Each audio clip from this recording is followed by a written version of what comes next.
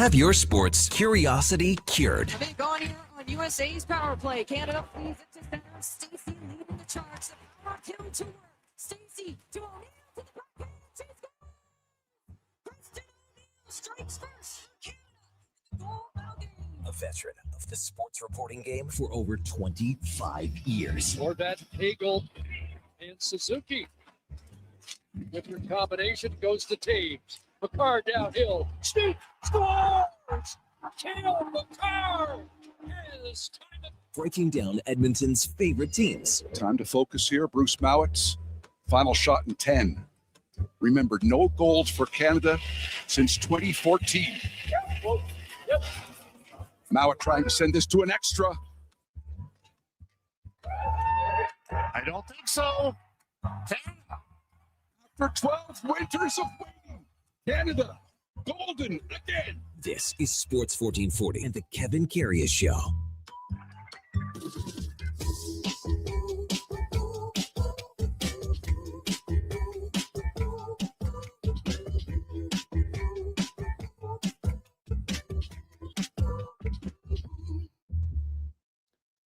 All right, here we go for Saul. 610, Monday, February 23rd. And just like that, the 25th Winter Olympiad is over, and it ends on a sour note for the Canadian men's hockey team and hockey fans in Canada, thanks to a 2-1 United States victory in overtime yesterday morning. Hey, good morning. Welcome to the Kevin Karius Show on Sports 1440 on your AM radio dial on your morning drive into work or wherever you're heading out on a Monday morning. Everyone feeling a little blah, little blue after Canada comes oh so close to winning the gold in men's hockey. Hey, you can also watch us on YouTube on Sports 1440 AM. Drop us a like, a subscription. We would appreciate that. We're also on X. We're on Facebook. We're on Instagram.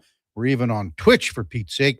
As always, we're streaming on iHeartRadio, the TuneIn app, even sports1440.ca. And if you miss any part of any show, you can find it and catch up by searching it where all the podcasts hang out on Apple, Spotify, Google, even Amazon. Subscribe there. It's free. Select the auto download. You'll never miss a second of the show. We expect our text line at 833-401-1440 to be quite busy, maybe busier than usual, with your thoughts on yesterday's gold medal game, where it was a 2-1 victory for the United States in overtime. That's the third gold for the Americans. And, geez, you know, they win in 1960 in Squaw Valley. Everyone remembers the miracle on ice in 1980 and now in 2026. I mean, man, you had to appreciate that game. Just appreciate the level, the pace, the quickness, the talent of two sides going back and forth and playing their hearts out. And for Canada, this is going to be a game of where they are looking back at it as basically just missed opportunities. It's that simple. Canada was the better team in this game. Canada had tons more scoring chances and elite scoring chances. But when you look at it, the two big ones are going to be Taves with the empty net and McKinnon with the empty net. Taves, his opportunity is thwarted by a miracle save by Connor Hellebuck, who gets a paddle on it. McKinnon's got an open net, hits that 99 out of 100 times. Taves, yeah, it's off the paddle, but it is a desperation, fluky, lucky save by Hellebuck, who was sensational. And think about this. Try to pick a player on the American side besides Hellebuck. Besides Connor Hellebuck, was there anyone that you went, boy, that guy was unbelievable in this game? That guy was lights out. That guy had many scoring opportunities. That guy in defense was great. No, they were all just really, really good. But Hellebuck was on another level. The saves that he made yesterday, at least 6 massive ones, massive, stopping Connor McDavid on a breakaway where there should have been a slashing penalty. Should have been a slashing penalty. And I'll tell you what, we've seen calls, have we not? Have we seen calls where you'd go, man, that was a penalty shot that was called? I'm not saying that was a penalty shot, but it should have been a slash on the play. Stopping Macklin Celebrini on the breakaway. That was at the end of a shift. Had Celebrini's number all night long. The Canadians had a 5-on-3 power play. That followed up basically the McDavid breakaway. Didn't really engineer anything on the power play. The USA had a 4-minute power play late in the game. Really didn't get anything going. Canada had a power play with 2 minutes left. And to be honest, they should have probably ragged the puck a little bit more before that 4-on-4 expired into the 5-on-4.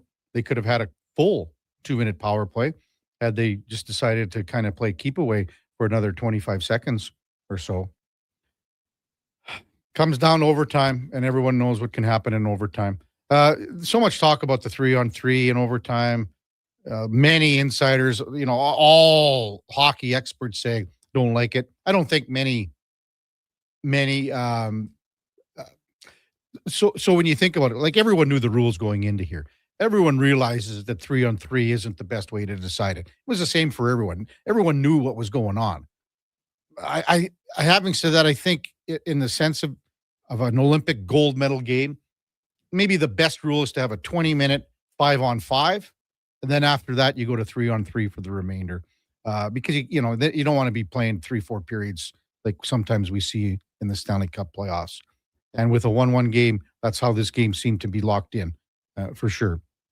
How the overtime was handled on the play by Canada, that's, all three M's are at fault here.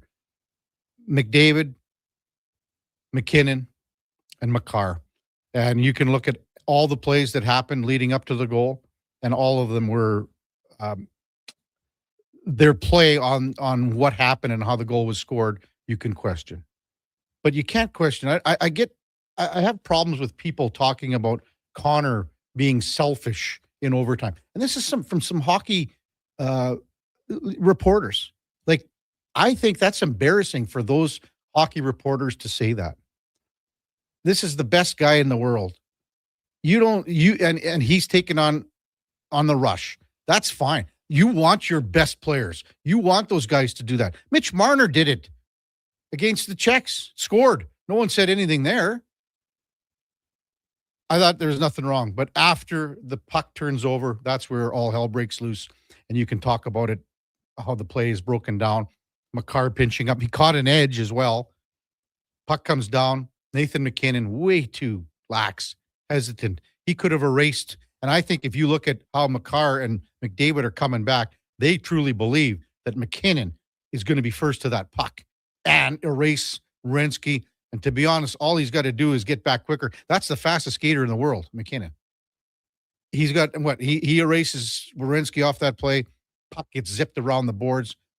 McDavid or Makar could have had a breakaway on that play. So text 833-401-1440. We'll get to them as we go along. 7:09 in Edmonton. Let's welcome in the Duke of Delburne here. The Duke and Connor Halley were busy with a little post-game show following the game yesterday. Kind of out of the blue, a little bit audible called by everyone here. It's I think it was decided on Friday that was gonna happen. Which a little bit late notice, but figured strike while the iron was hot, and there were plenty of people tuning in. The text messages came in. We ran for about an hour after the conclusion of the game, and pretty some mixed feelings it seems from the immediate aftermath. I'm interested to see how the fallout is today. Now with 24 or so hours to reflect on it. But you're right, Kevin. There were some texts from here in Edmonton coming into our station about this narrative around Connor McDavid and a inability, and I kind of put that in air quotes, to win big games, right, or not play his best in big games. And there are some numbers when like Stanley Cup Finals and this game that can back that up. But I also think they're kind of cherry picked because those aren't the only big games he's ever played in. Yeah. Right. So it's frustrating at times, and this is coming from someone myself that I'm not an Oilers fan. I because semi covered the team here, obviously at the station, but it's a little perplexing to see Edmonton's own clinging on to that storyline when I think it's completely bogus. Yeah, that narrative is sad, tired. It's old. It's inaccurate. Like to me, that type of narrative, and we see it all the time in all sports, right? When a player who is among, if not the very best at the time, that can't win a championship. Now, that doesn't mean that they're chokers or don't have these are team sports. So there's at a certain point, there is only so much individuals can do. Mm-hmm. And I had no problem with Connor McDavid's play in that gold medal game yesterday. I mean, people are talking about him going in on technically a 1-on-3. Mm-hmm. I have absolutely no problem with that. People calling him selfish, people calling him trying to be the Sid Crosby. That narrative is so out to lunch, people. And you should be if you put that out, and there's been reporters that have said that. And that tells me that those reporters that cover this sport have no concept, no clue, and no idea about what they're talking about. To me, they've opened themselves up. They've opened themselves up in the sense that they are telling people and showing people, hockey fans, even their fellow reporters, that they don't know what they're talking about. And that's sad to me. And that's irresponsible to me as well. Mm-hmm. Yeah, that's how I look at it. The best description I had for it was you have the three guys that are out there, McKinnon, Makar, and McDavid. Why are they out there? They're out there to try to win the hockey game. They're not out there to play defense. Now, it's a two-way sport. It's obviously the defensive side was a lapse that resulted in the game-winning goal against. I'm not trying to alleviate them of the responsibility for that. Like I said, the back check by McDavid and Makar in particular is a little lackadaisical, but there's the expectation that their line mate's getting back first to move the puck back up ice because, once again, that's what they're out there to do, is have the puck up ice and play in the offensive zone. So Connor McDavid, the best player in the world, the best stick handler at full speed, whatever attributes you want to give to him, to try and go in and move through a sea of opponents, I don't really have a problem with that. Now, if that is a game late in the third period where you're leading the game 2-1, maybe this is a different conversation, but we're talking about a chance to win the hockey game or try and win the hockey game. That's what he was out there trying to do. I think even Werenski is surprised that Nathan McKinnon didn't get back to that puck first and or quicker. Maybe, quicker would be the first thing. And then, because is there anyone stronger on his stick, than Nathan McKinnon in an instance like that? He's a bull, right? That's his skill set. That's his reputation. Not until that point did you see both McDavid and Makar try to come back harder. And I disagree with that. They needed to come back harder from the very beginning. For sure. But how they're looking at the play develop. They're thinking, all right, now we can have a 2-on-1 back the other way. McKinnon's right? got this. He's got it. So that's their thought process. Offensive players think offensively. Yeah. And we're talking 3-on-3 overtime, and I'm right there that I think to decide a gold medal game, it's exciting, obviously. That's why 3-on-3 has made its waves across the world of hockey, but we don't see it in Stanley Cup playoffs. I didn't necessarily like seeing it in a gold medal game, but they knew it's not like it was sprung on them. It wasn't drawn out of a hat at the conclusion of regulation and saying this is how we're going to decide the game. They knew it. They'd already. Everyone knew it. And I've seen some things online, mostly from the American side of the table, say it's like, well, they didn't seem to have a problem with it when they won previous games in 3-on-3 overtime, and I kind of like, well, it wasn't for a gold medal, right? So all things can be true in terms of win the game, even if they were the better team. One mistake, that's all it takes when you're talking about sudden death, and that's what it was. I mean, people forget that Sid Crosby in 2010 scored 4-on-4. Yeah. That's four. That was a 4-on-4 goal. Everyone knew the rules, as you said, Duke coming in.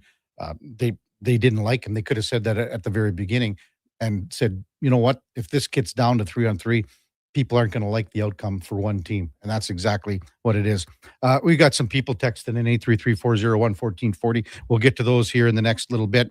A good one here from James saying Werenski was great defensively for the U.S., in my opinion. He was really good. Yes. But you can't, if you can tell me one player outside of Connor Hellebuck that blew you away yesterday, like I didn't even notice if the Kachucks played as much as people are saying how great these guys are. Jack Eichel was really good defensively. And that's the thing. If you look at the game, the level of play, how fast it was, how quick it was, but in the same breath where a team was creating a little bit of offense, the opposition very quickly and just as fast negated open ice and things like that. And that's where you have to just appreciate the level of play, the quality of play, and the best players in the world going head to head. We're going to talk about roster construction and things like that because there's other texts coming in that I totally disagree with, in the sense that people are talking about that there should have been 4 or 5 players on this roster, not on it, and other players on. No one's talking about anything about Bill Guerin's roster construction, are they? Because they won. That's all it is. Because they won in overtime on 3-on-3 hockey. We'll discuss this and the Oilers getting back at it. They're going to leave for California today with Alan Mitchell, as usual, our Monday morning leadoff man here on Sports 1440. You hear him daily from 12 to 2. So Low Tide will check in right after the break. We got Mark Spector in his usual 8 o'clock time slot from Rogers Sportsnet. Lou Korac from NHL.com covers the St. Louis Blues. Man, they are looking at moving out some guys here at the deadline, and it hasn't gone the way the Blues have liked this year, and they've got a lot of guys that are probably on the radar, for sure, that are on the radar moving forward here in the next 11 days or so leading up to the trade deadline. Mike Wilner arrived in Florida, in Dunedin, to cover the Toronto Blue Jays from the Toronto Star and the Deep Left Field podcast. We'll see about Mike's time. It's going to be around 9 o'clock, but he got into Dunedin sometime late last night, so we'll firm that up as the morning progresses. Zach Lang from Oilers Nation in the 10 o'clock slot, and Greg Wyshynski from ESPN. You know that he will be crowing today. Big American supporter for USA Hockey, obviously, out of ESPN. That's coming up at 10:20. When we come back, Alan Mitchell will check in the lowdown with Low Tide. That's right after the break on the Kevin Carey Show with the Duke of Delburne and Josh Fenwick's okay on Sports 1440 AM radio. We're streaming on YouTube, X, Facebook, Instagram, and Twitch. 60 years ago, we started selling trucks as Western GMC Buick. Today, we are Wolf GMC Buick. We're still located on the corner of 184th Street and Stony Plain Road with the same ownership for over 2 decades. Our customers have trusted our family-owned, community-driven business, and for that, we are thankful. If you're looking for a truck or SUV, pop in and one of our seasoned professionals will get you a great deal, hassle-free. Come trust our team at Wolf GMC Buick. Wolf GMC Buick. We're making it easy. There's a lot of great seasons in Alberta. Hockey season, harvest season, the winter season, and the even more winter season. But GS Construction is already preparing for our next great season, because while the city slows down, we plan ahead. Projects, people, and pipelines. Everything starts taking shape for another strong year underground. We're also getting ready for our next hiring season in March. We want new people who want to build something that lasts. For more on us and to apply, visit gsconstruction.ca. Okay, how about you give us your star winger for a bag of pucks? What if I throw in some Will Hawk beef jerky? Yourself a trade. With Will Hawk Beef Jerky on their side, the Alberta teams definitely have an unfair advantage this trade deadline. Pick up some today and use it for trade leverage in your fantasy league. No way, man. It's way too good. Will Hawk Beef Jerky, only available in Leduc. Get yours today, because you don't win trades with salad. Hey, Edmonton, did you know a local Play Alberta winner scored over $500,000 on Mega Jackpots Ocean Bells? Think about the season tickets you could lock down with that kind of cash. From major casino winners every hour to jackpots worth millions and hundreds of popular games to money that stays in the province, there's never been a better time to sign up for Play Alberta. Download the app today to get started with casino, sports, and lottery all in one app. Must be 18 plus to play. When you gamble, use your game sense. This hockey season, before every game, check out the pregame show with Andrew Walker on Sports 1440. It's brought to you by Titan Supply, your only source for rigging, lifting, and hauling products. Visit titansupply.ca. Winter in Alberta doesn't mess around. And neither does Titan Supply. For over 50 years, we've earned the trust of our customers across a variety of industries. Because we lead with integrity, honesty, and respect. I'm Joe. And I'm Brent from Titan Supply. When the weather hits hard, we're fully stocked with rigging, lifting, and hauling gear that works as hard as you do. Titan Supply. Built on trust, driven by safety. Serving Edmonton, Grand Prairie, Red Deer, and Calgary. Let us help you face the weather the Titan way. Visit titansupply.ca.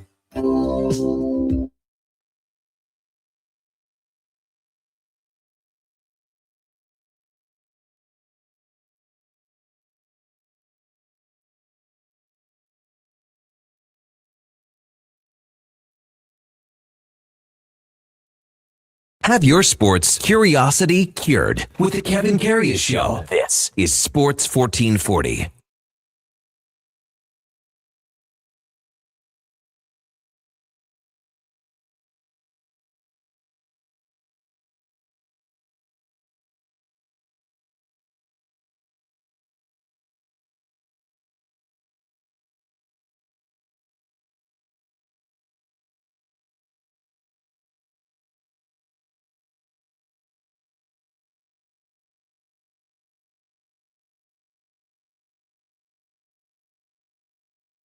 All right, welcome back to the big program, 721 in Edmonton. Kevin Karius, Duke of Delburne.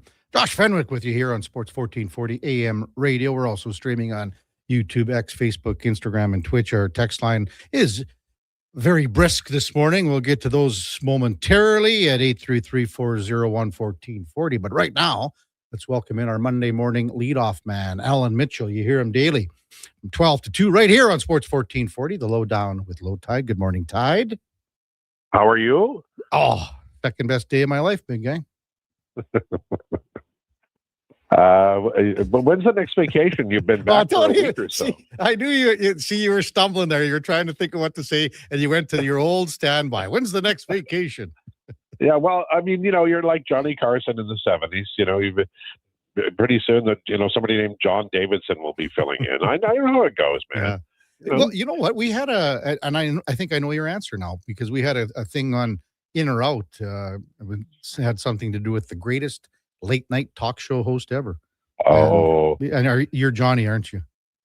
I love Johnny. I love Conan of the newer group. I know they're not new now, but I like Johnny was just like I watched a lot of Johnny Carson. As I got older, and especially with kids, I can't stay up that late, man. Yeah, no kidding, for sure. Staying up late, but you got up early yesterday morning, I would imagine.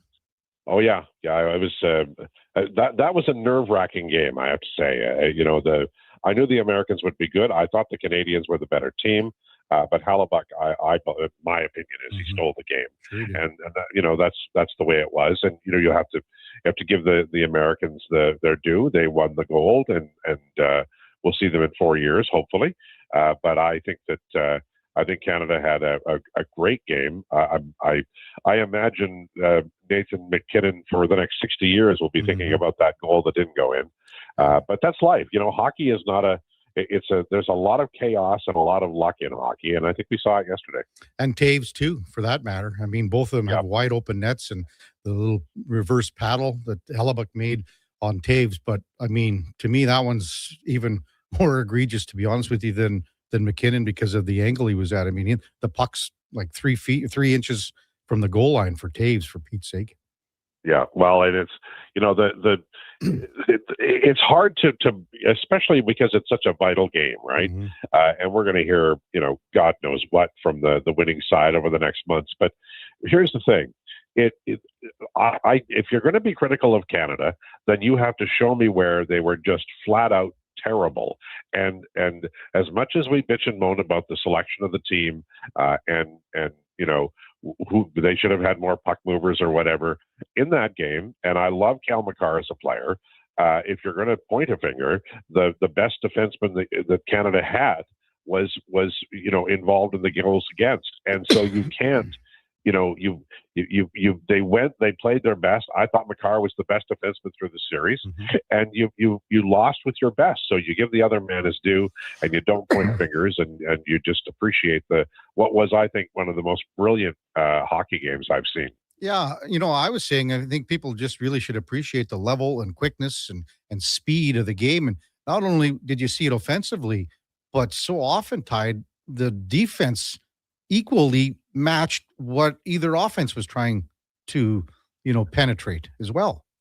Yeah, it was it was a suffocating game. Like I remember reading on X somebody saying, "Why can't they make a pass?" And I'm like, Well, it's the 210-pound forward who's coming down and about to make you like a little grease spot. That's what the pressure is. That's why they're not sending it in a great place. But that's hockey, and I think it was played at an extreme level. I thought the Americans started the game as they meant to go and really set the tone a little bit. And looking back, I think they did miss Sidney Crosby. That was an unfortunate. It looked bad at the time, and it turned out to be a big part of Canada's efforts to win the goal. Yeah, so let's go there, Tide. And Sidney Crosby, he said he was close, but, he said, after the game, and I was just thinking, someone at full strength would have been better than what I had to offer, which tells you that I don't think he was as close as what he was saying. But, I look at it too, like they played as well in, almost all facets of the game, but he would have made a little bit of a difference, wouldn't he have? Yeah, I think so. I think he would have made, I'm not gonna diss any Canadian players, but I think he would have made his line. He would have made Marner better, they lost by one, the 5-on-3 was a real disappointment. That is the truth. But you needed that one special moment, and they were keying on McDavid, as they should. I get it. And if a Crosby line could have scored that extra goal, or made a big play that led to a goal, then we're talking a different day today. But it didn't happen, and that's life. And the Americans at the Four Nations were beat up. So it was a great. I hope people don't spend the next 10 years ripping on Connor McDavid. He is a brilliant, wonderful player. And I know that everybody's frustrated that he hasn't won a Stanley. He didn't win the Olympics, but it's a team game, and he soared above everybody at the Olympics. He won the MVP. So I hope that people, take a little bit of time and think about what he did for Canada. And they brought back a silver, and I know we're a gold medal nation, but the silver, they played well in that game. And there have been times when a Canadian team didn't play well in a big game and ended up with silver. I think this is one to be proud of. And I touched on it off the top of the show. I think that's a sad and tired narrative, to be honest with you, going after a player that hasn't won like this. And I think it's, there were reporters, Tied, that posted things on social media, calling him selfish and, doing this, wanted to have his Sidney Crosby moment. That just shows me and tells me that those, reporters, and they are reporters, some of them that did mention it and did say it, that tells me that they know absolutely nothing about the game that they're talking about. And it's, I think it's sad. I think it really is. Well, I think that if you're criticizing McDavid today, you're either trolling or your hockey knowledge isn't strong. And the Americans had a really good game plan. They're a gritty bunch. I thought, I'm not going to criticize the officials, but I thought there was, some things that could have been called. They called the stick infractions, good for them. But I think that you have to give Connor Hellebuyck great credit. And I wrote about it in The Athletic today. Hellebuyck, that's redemption for him. He's been a great player. When the Jets get to the playoffs, he hasn't been at his peak. But this is something that he can hold for all time, an Olympic gold medal, and he put his entire team on his back and won it. And I think that McDavid will have that moment, and I think that getting to 2 Stanley Cup finals with this team, one a Game 7, the other 6, and then playing as well as he did here at the Olympics, I think he's a champion. He just is waiting for his ring. Alan Mitchell with us on the Kevin Karius Show here on Sports 1440. I wanted to bust off to the Oilers here as they get ready to resume post-Olympic hockey. We've been talking about yesterday's gold medal game for a half an hour straight here, Tide. So with the Oilers leaving today for California, they've got the 3 games in 4 days. How do you think they handle Connor McDavid, especially here in this first back-to-back with Anaheim and LA? Well, I think that it'll be a short conversation. Chris Knobloch and maybe Stan Bowman will say, we'd like you to rest, and McDavid will say, I'm playing. And I don't know it'll happen in the Anaheim game. It might not even happen in the LA game. But I just don't think they're going to be able to hold him back. They never have. He's never been a guy. People are like, they play him too much. McDavid is like, he's hardwired to win. and everything matters. So I think 2 games at the most, and I hope he takes them. But we'll see. And he was bandaged up a little in the receiving line yesterday, so maybe there's something more news to drop. But my suspicion is if he's healthy enough to play, he might miss a couple of games at most.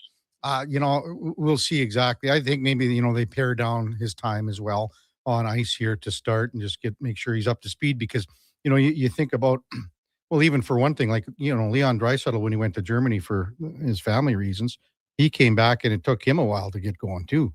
So it's just a tough flight back, and and then we haven't even talked about the emotions of this, because it's gonna sting for not only Connor but the rest of the Team Canada players for an awful long time here. So. Yeah, no, it's true. I remember when I don't remember the year, but Nathan McKinnon lost in the playoffs, and he was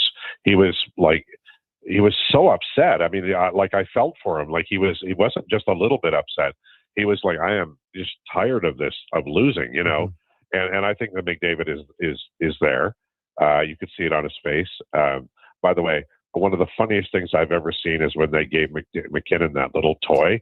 And honest to God, if he could have blown it away with a shotgun, I know he would have, but that was hilarious. But I think that there is a period of time maybe where you've got to mourn that loss. I don't know how long, but I don't think it'll be long for McDavid. And Leon's hand was worrisome too. So I'm a little bit anxious to find out what the actual physical state of these Olympians is.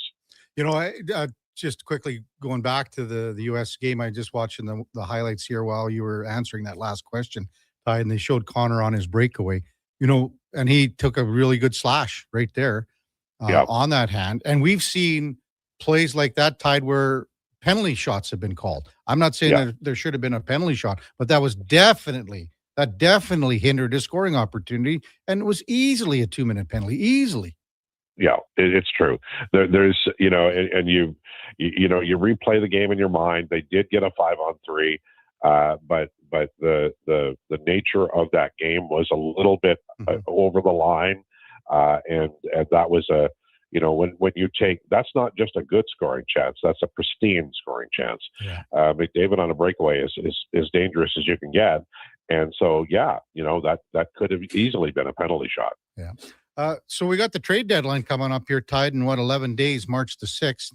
I know you had a thing on The Athletic as well, just with maybe a wish list. It's very wishy for a lot of the guys. There's no question about that, because they just can't fit some of these guys into the roster construction and salary cap with what they have. But I don't know where the number one priority for you is. If it is a right shot defenseman, I would imagine that's where you were kind of going with the article as well.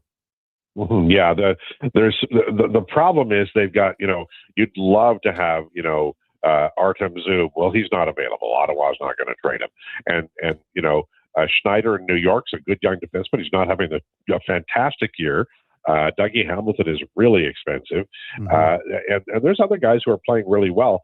The difficulty that Stan Bowman will have is that they probably need a right-handed third-line center, and they could use a power winger as well. So you want to get Zub and Tuck, and I don't know who the third-line center is. You can't do all that.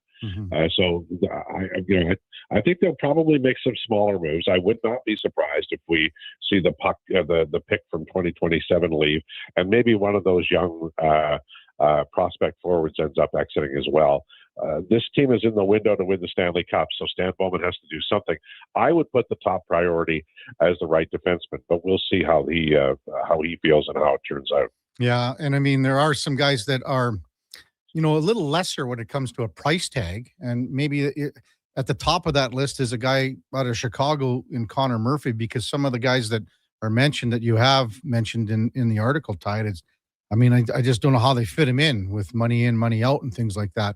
Murphy is probably doable, but I'm not sure exactly what, the return would be that the Hawks would be asking there either. Yeah,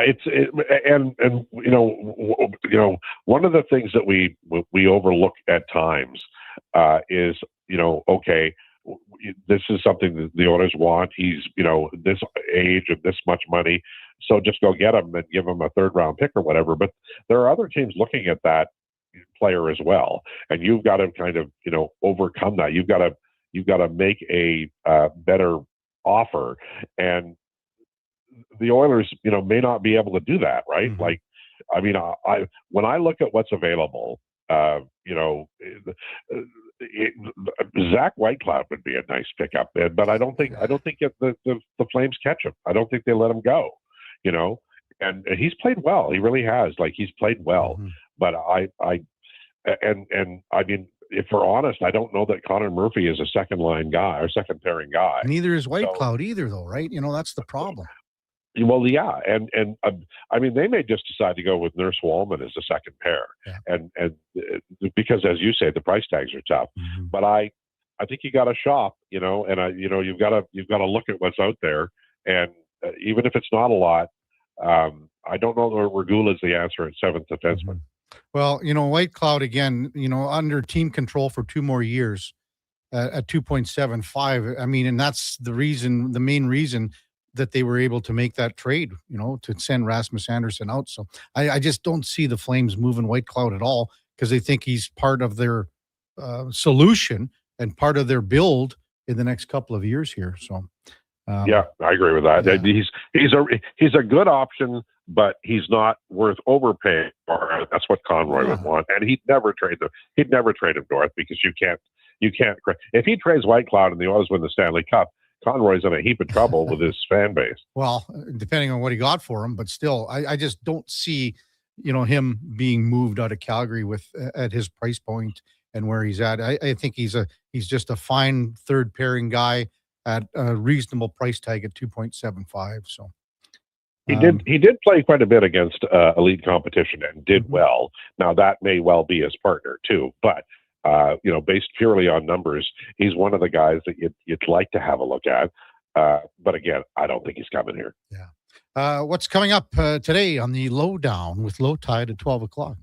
Well, we'll talk to Rachel Krychak at 12:40 about the Olympics and about how it all went down. And we'll talk about the trade deadline too, because I think that even though it's, into March when it happens, I think it's going to be very active, because a team like Edmonton, they probably have identified some targets, and I don't know that the pool of talent that's going to be tradable is going to get higher, because a lot more teams are in this race, right? So, you kind of wish Ottawa was farther away, and who knows?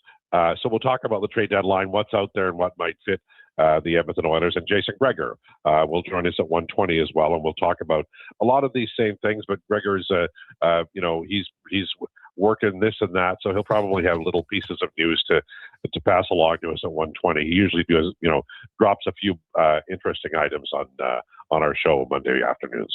Yeah, we would expect, Adam Henrique is going to be activated off LTIR, and Matt Savoy is going to be recalled here as they get set for this road trip, 3 and 4 games and 3 games and 4. Well, it's not even 4 nights. That afternoon game is on Saturday. So on Saturday in San Jose. So that's going to be a tough trip for sure. Tide, as always, really appreciate you coming on and lead things off on a Monday morning. Have a great show today, and we'll talk soon. All right, sir. You be good. Alan Mitchell, you hear him daily, 12 to 2, the Lowdown with Low Tide right here in Sports 1440 AM radio. We are back after the break.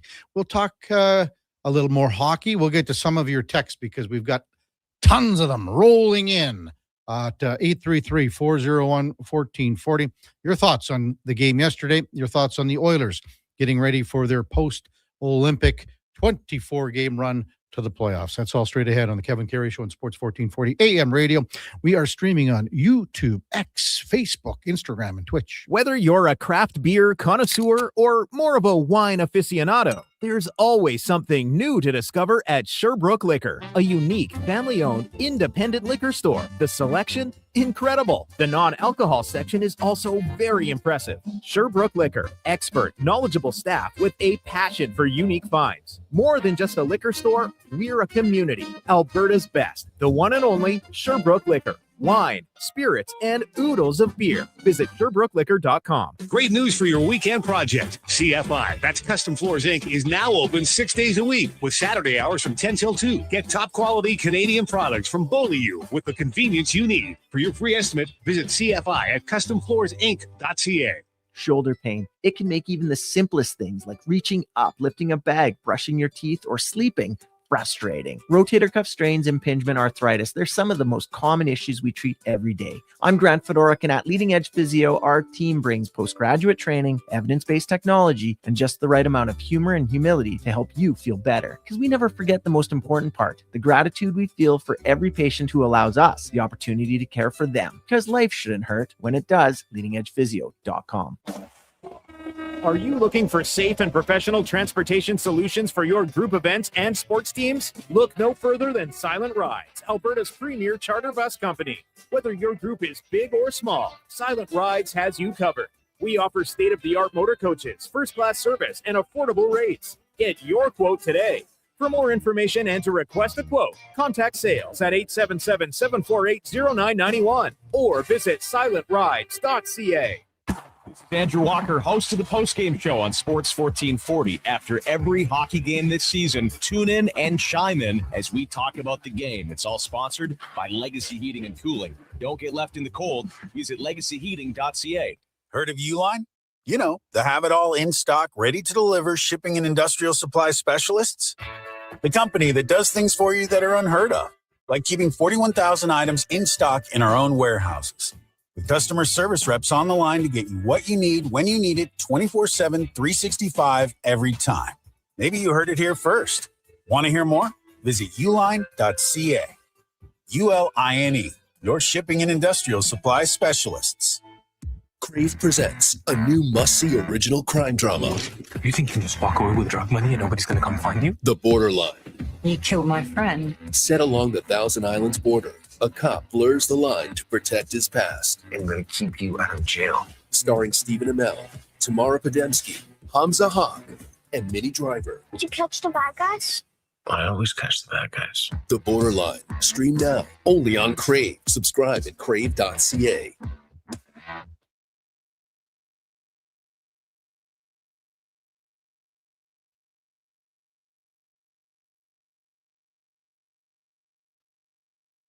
Just in time for the morning skate. This is the Kevin Karius Show on Sports 1440.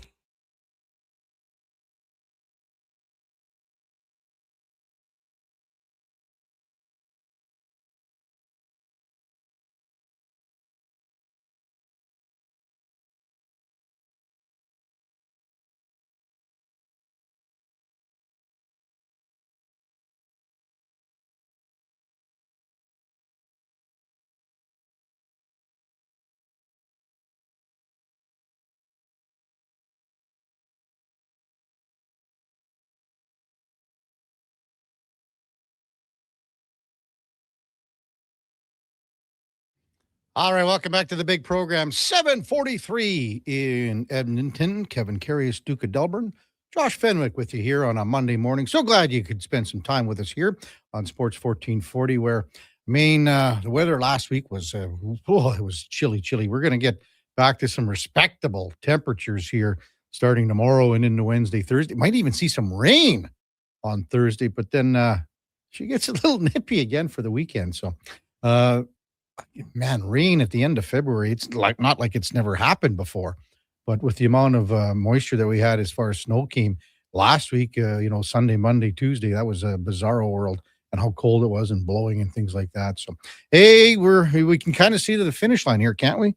Usually right around this time, another week left to go here, less than a week, I guess, technically in the month of February, but hopefully spring is just around the corner.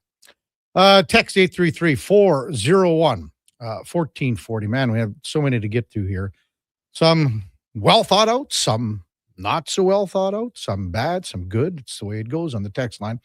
Brian Desjardins, our old buddy from the Double E, the Eskimos. This Canadian hockey team might be the best team assembled. But as we know, the best team doesn't always win. My example, the 1989 Eskimo team. Yeah, what were they that year, Brian? 16-2, something like that, and then lost. James mentioned about Werenski. Very good point. Oiler from the hat. Canada gave everything, just didn't get the bounces.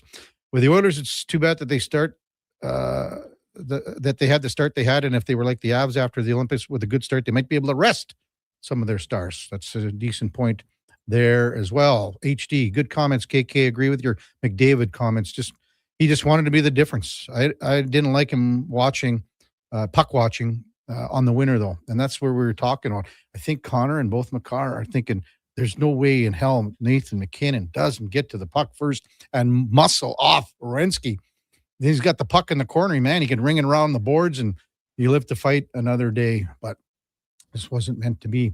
Gordon D says, good morning, KK. People talking crap about Connor don't know who he is or how good he is.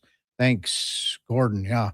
Matt S. Good morning, guys. McDavid won in World Juniors. He's won 4 nations. Tons of accolades. When it comes down to it, he's not the problem. He is a winner. I agree. Kevlar. Connor has literally been MVP of everything. Sooner or later, other players have to step up, pull their weight as well. I'm going to say one thing about the roster construction, because we've got a lot of people about the roster construction. And if I could find a few of them, I think it was, BC Oilers says the loss on this team. This is from BC Oiler. The loss on this team is Canadian management. Many of us said before the tournament started that they were sacrificing too much skill for experience and grit. Bouchard, Schaefer, Bedard, Scheifele, Hyman, all left off is ridiculous. Sorry, BC Oiler. I mean, no one is saying anything about Bill Guerin today, are they? And let's look at this. How much crap did Bill Guerin take for his roster construction? But this is before the tournament. Just as much, maybe more than what Dougie Armstrong did. And think about one of the reasons where that came into play. 2 players in particular. Vincent Trocheck, JT Miller. There wasn't anyone in the United States when this roster came out and said, oh, these guys should be on the team. Who did everyone say, well, look at Robertson. He should be on the team. And they brought up other examples. When it came down to it, what happened? The Americans, did they allow a power play goal in the tournament? Don't think so. Why?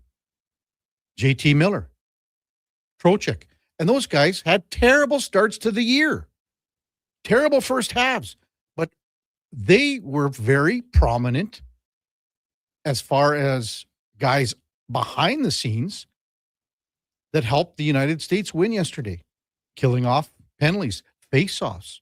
How many times do you see Trocheck take a face-off and go off the ice? There's all little intricacies that people see. And maybe you don't see the forest from the trees, but these guys that put the teams together do. Canada, had they won in overtime yesterday, would you have said this, BC Oiler? Would you have called these 5 guys that you just mentioned and said they should have been on the team instead of the gold medal team? I don't think you would have. Hey, Duke, when I was over at K97 with the hit with Pete Panotsky today, we were talking about the second half and the trade deadline. And Pete was, he goes, well, what are the Oilers looking at here? He goes, man, it'd be good if they could pick up Celebrini from San Jose. So, we had a good laugh and good chuckle at that. I go, yeah, wouldn't that be great if the Oilers could? I mean, look how good they were together here at the Olympics. Then I thought about this and I threw it at Pete, and I'm going to see what your perspective is. And this is all hypothetical. It's not happening. It would never even be, the subject would not be broached. I don't think it would either. But if Stan Bowman called up Mike Greer in San Jose, Mike, you want Connor McDavid for Macklin Celebrini? What do you think Mike Greer's response would be? That's a good question, Kevin. It is. It could be an in or out, Duke. It could, yeah, maybe. I think he would say no. I think that's what I said. That's what I said over at K97. Because Connor McDavid makes the team better right now, but you think McDavid has a hard enough time dragging the Oilers along? Well, I looked at everything. It's 10 years, right? Celebrini's 19, yeah. Connor's 29. Connor's the better player for sure right now than Celebrini. But you're getting the best young player in the game by far. And this is just a straight up trade. You got him at next year, virtually still in ELC, right? Mm-hmm. So it's an interesting hypothetical. Because I don't think anybody is at this stage saying that Celebrini is better than McDavid, right? Like that's silly. But you're talking about building a team, and if in the specific case of the Sharks and where they're at, yeah, I think you kind of just trust the process here and stick with what you got. Mm-hmm.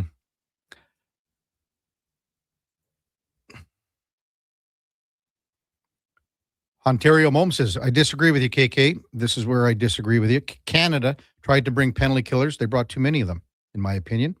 They still had a bad penalty kill. Bad captain, KK, Doughty and Parayko should have been left off the roster.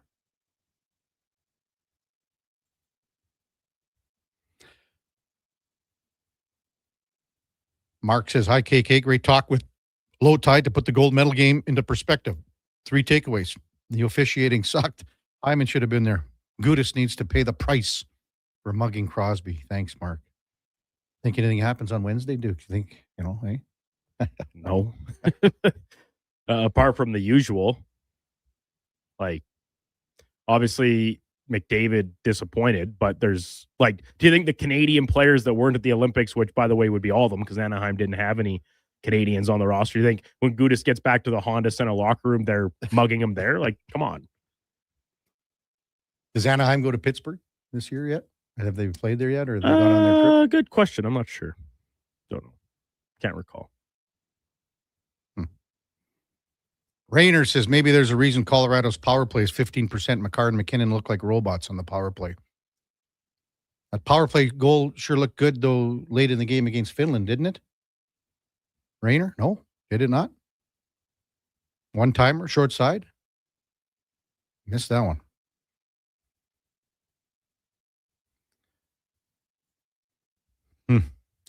Pods. What are your thoughts about the Oilers going after Nino Niederreiter of the Winnipeg Jets? Well, I remember, I'll tell you what, Pods, last year I was so high on that third line that the Jets had in Appleton, Lowry, and Niederreiter. He's got 2 more years left, or next year, pardon me. So this year, next year at $4 million. He's fallen off a lot this year, but besides that top line in Winnipeg, every player's fallen off. If Connor Hellebuck plays like he did yesterday, do you think the Jets can make the playoffs still, Duke? Possible. I know you were taking some heat last week after getting back from vacation. I can't remember what texter it is about your prediction. Blair. Oh, yeah, Blair, right? Because you predicted earlier in January that the Jets could still make the playoffs. Then he was just harping on you. Still think so, KK? Still think so? Ask Speck what he thinks about your prediction. Ask Frank what he thinks about your prediction. Even when you were gone. Was he? Yeah. Brandon, ask Speck what he thinks about Kevin's prediction. Like, no, come on. Come on now. It was tough. They had a bad stretch when I was gone. That was really bad. Yeah. Did they win 2 games or what? Or 1? Maybe. What are they? The Jets are 11 points out. They would have to go on such a roll. It's not even funny. But Sask Oilers fan, 2 things can be true at the same time. We wouldn't talk about roster construction if we won. Agreed. That being said, we didn't win. We have a deep talent pool, so it's okay to talk about deserving guys who got snubbed. And we had a few glaring omissions. I'll tell you how many times, Duke, have people said Canada has enough to ice 2 teams, and the Americans for that matter.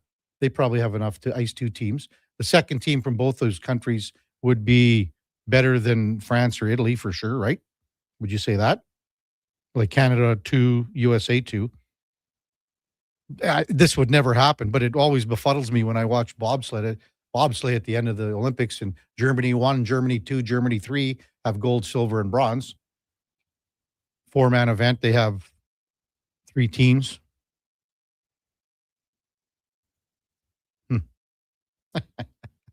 Attica just can't resist a shot at Delburne.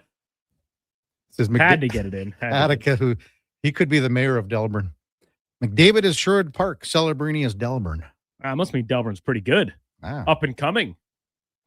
Next big thing. That's how I take that. Mark says, good morning, Kevin. I'm curious how many Evan Bouchards should have been on your team text their line. A lot. We've had a lot of people saying Bouchard should have been on the team. And that's just the way things have been going. And I mean, Evan Bouchard has the most points in the NHL, but Evan Bouchard also is defensively, we know where he's at. Although in the last several weeks, he's been really good. I think it was at the start of the season where, I mean, Armstrong and the crew were here for a few games and saw some tough games from Evan. And Bouchard just, I mean, he would have been right on the cusp. Slurpee Sean, Canada lost in overtime where it was 3-on-3. Missed several opportunities with their goaltender was unreal. If this had been a 7-game series, Canada wins going away, in my opinion. I think they would have all been really close games. Slurpee Sean, all really close games for sure. Top of the hour, we got Mark Spector from Rogers Sportsnet. Before that, time now for a Sports 1440 update brought to you by Riverside Honda, 59 years and counting. A St. Albert and surrounding areas premier Honda and Can-Am dealer. It's your dream. Ride it at riversidehonda.com. Here is the Duke. This is a Sports 1440 update.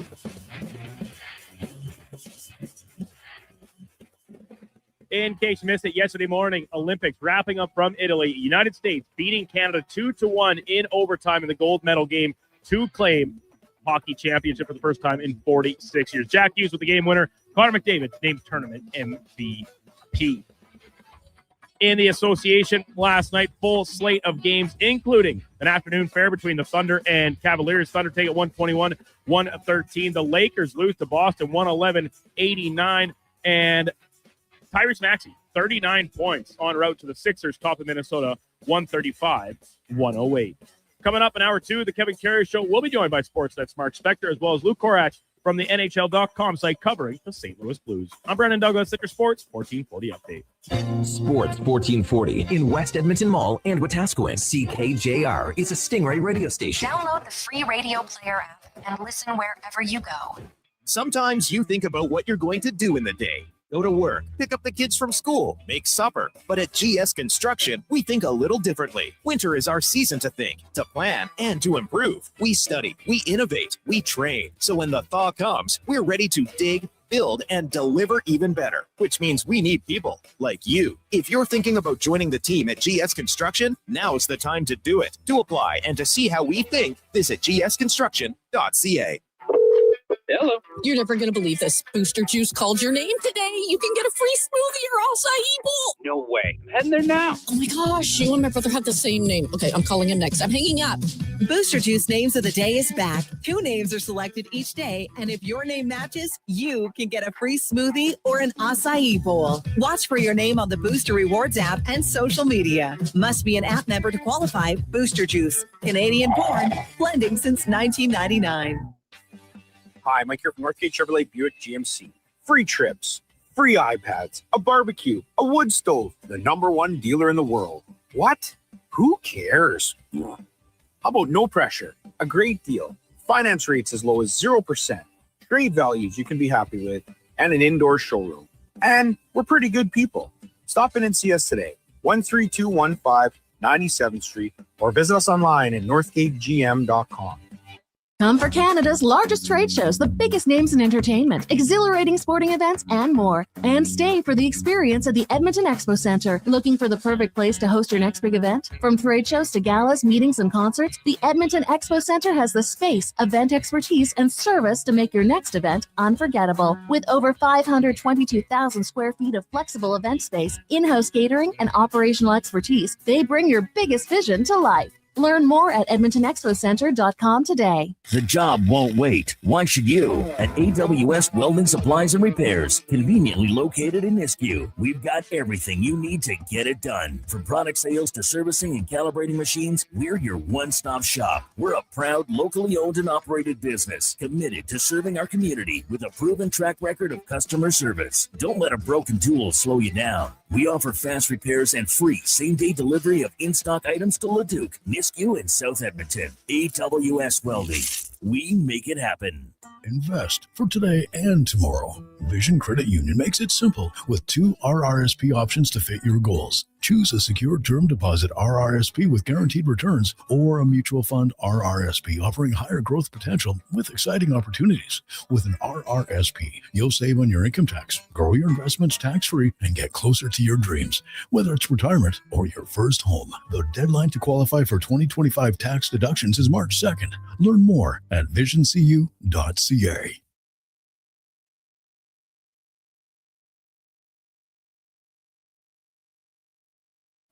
Stories, guests, and insights. This is Sports 1440 and the Kevin Karius Show.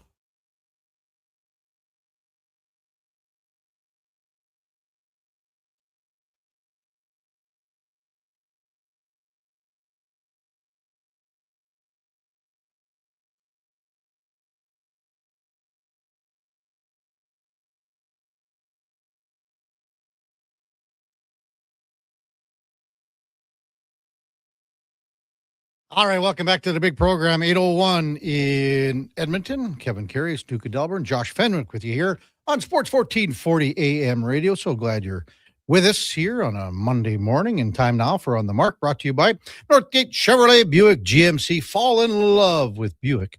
For the month of February, lease a 2026 Buick Envision all-wheel drive with zero down and $265 bi-weekly payments.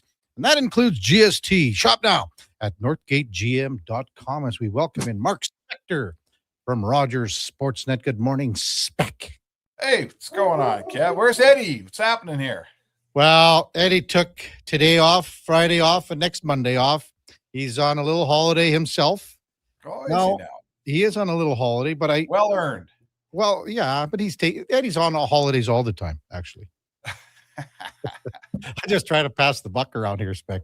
So, but and I was going to mention it off the top, but we got so get going with the Olympic game. But Duke, do you know? Was he supposed to go to Mexico? So with all the crap that's going on down there, I don't know exactly. And I was texting Eddie yesterday too, but he didn't say if he was where he was going is like that's all in Puerto Vallarta with the cartel, is it not?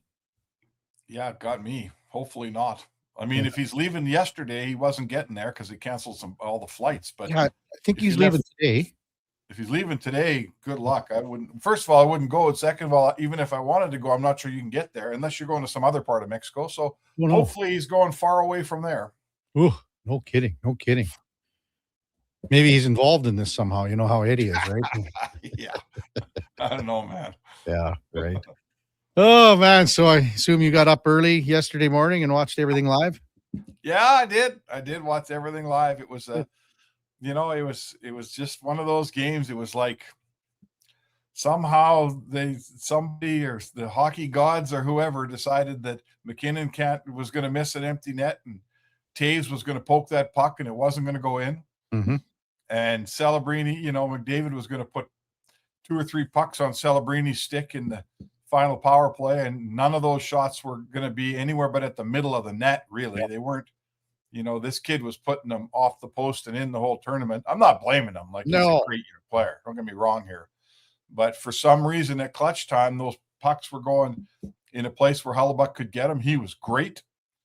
And, I mean, in a word, I tell you that if they didn't miss 2 empty nets, I tell you they got goalied. Yeah. But I'm not even sure that describes it, Kev. I think he did. They missed empty nets and got goalied. I think both things are true there. I think, absolutely. Because you think about it, I mean, he made Hellebuyck made 41 saves. He had the Celebrini breakaway. He had the McDavid breakaway that he stopped. As you mentioned, several, in tight. That's a great saves. I mean, he was unreal. Like, as I said, do you think, name me one player quickly that blew you off the page for the U.S. yesterday? Yeah, frankly, not any one guy. Obviously, Hughes scores twice, so I guess I'm going to say him. I didn't think that Quinn Hughes commanded that game in any way, and that's not just to criticize him, but when the U.S. plays well and things go their way, you usually walk away saying, "Man, that little 43 in the back end, did he ever have the puck all night?" And he didn't. He didn't at all. I didn't think there was any great. The Kachuks were never noticed him. Barely noticed him. JT Miller killed a real good penalty or two. I thought he was good defensively. He made some nice plays in his own zone, but that's why he's on the team. Yeah. But no, listen, it's, all this stuff I'm hearing, everybody rebuilding the roster and we're in trouble and all that. I mean, it couldn't be more garbage than that. Like, absolutely. If you're rebuilding the roster after what happened in these Olympics, then I don't know what you expect. As I said, Spec, like we've had texters come in this morning naming 5 guys that should have been on the team and 5 guys that should have been off the team. But no one's saying anything about Bill Guerin this morning, are they? Yeah, and in America, they had the exact same debate. All the guys that didn't make that team, that should, quote unquote, should have made that team. And it's fun. Like, I get it. People are engaged. And that's great. People love their team and love their country and the hockey, and they want to, help build the roster. That's great. I mean, it keeps you and me in business, buddy. So that's good. But anyone who thinks that we don't have a gold medal because our roster construction wasn't good enough, I just don't understand it. You poured 40 some shots on net. Honestly, if that was Nashville playing Detroit, we look at that game and say that's like a 4-1 game for the team that lost it. It's that simple. If you look at it again, this will be discussed down the road, and it's all the phrase that's going to come in is missed opportunities, and that's on Taves, it's on McKinnon, and to an extent on McDavid with his breakaway, and Celebrini on his breakaway, and all the other chances that Canada had.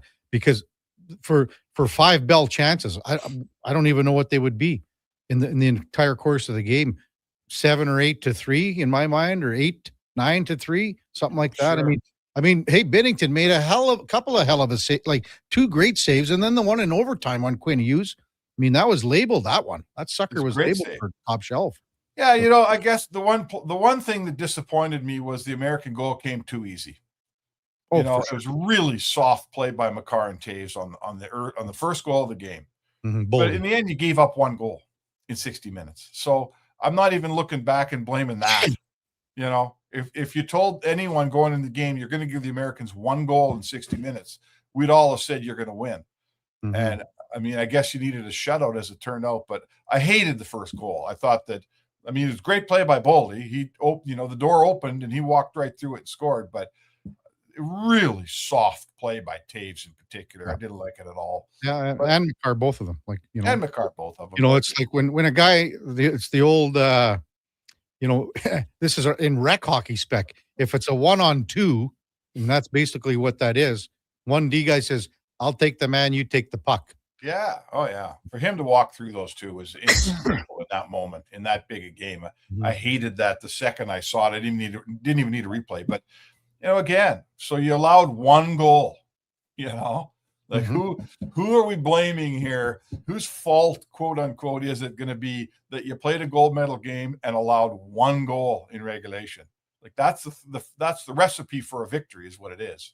That's how you win, is by allowing 1 goal. So, there's just when it comes to pointing fingers, and I know we all love to point fingers here when it doesn't go our way. I don't really have a finger to point.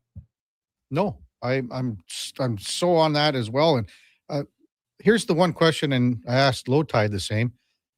Sid Crosby didn't play. Everyone knows that. How much difference do you think he would have made in this game? Because, as I said, besides that play where they allowed the goal in the first period, they were really good defensively. They didn't give up much. They generated a lot. But to have Sid out there, maybe, and Tide said, maybe he could have elevated Marner a little bit more, or Stone a tiny bit more. But, they played really, really well without Sid Crosby. They did. I thought there was, in the end, I felt like that was your secondary scoring line, or had the possibility of being, and really could have used more out of Stone and Marner. Yeah. Stone in particular, the magic went away in that game for him. Talk about not noticing the Kachuks. I really didn't notice Stone much. I'm not telling you he wasn't trying, and I'm not telling you he wasn't giving it every ounce that he had. I just, maybe there wasn't anything left, but there wasn't, think about it. The top line in that game was McDavid, Celebrini, and McKinnon. That's how they started the game. So McDavid has a breakaway, doesn't score. Celebrini has a breakaway, doesn't score. McKinnon has an open net, doesn't score. Taves, I forget if he was playing with that line when it happened, has the open net and doesn't score. We're not lamenting a ton of great chances from the other guys here. No. Right? We're not looking at Mark Stone and saying, Mark, how did you miss that great chance? Or Marner, you walked in and you didn't score. I don't remember that happening. So, very much like in a lot of big games for McDavid gets his team there. And unfortunately, the team isn't there to, I guess he's got to get them through the last game and get another 3 points, I suppose. Mm-hmm. But he sure put a lot of pucks on a lot of people's tape here in this game. I'm not critiquing the way Connor McDavid played, that's for sure. Yeah. Mark Spector with us on Sports 1440. We had a text earlier from Drew. So do you think that Canada should have kept up the physical play? And, I'm kind of thinking where Drew's coming with this. He says they stopped hitting in a little bit, he feels, in his text. And, everyone knows about the Wilson hit and saw the Wilson hit and Larkin. That was one of the most violent hits that you're going to see in the Olympics. But, I don't know where to come on this point. I don't think they got away from being physical. I don't know. Where do you stand on the physical aspect of the game, Spec? I don't know. I mean, I'm trying to think of, I don't want to be Pollyanna here. Yeah. I'm trying to think of ways that they could have, like, what could have gone better other than the puck crossing the line, and like, what do you want? 50 shots? What do they have? 41 shots? 41 saves, so 42. 41 saves, so 42 shots.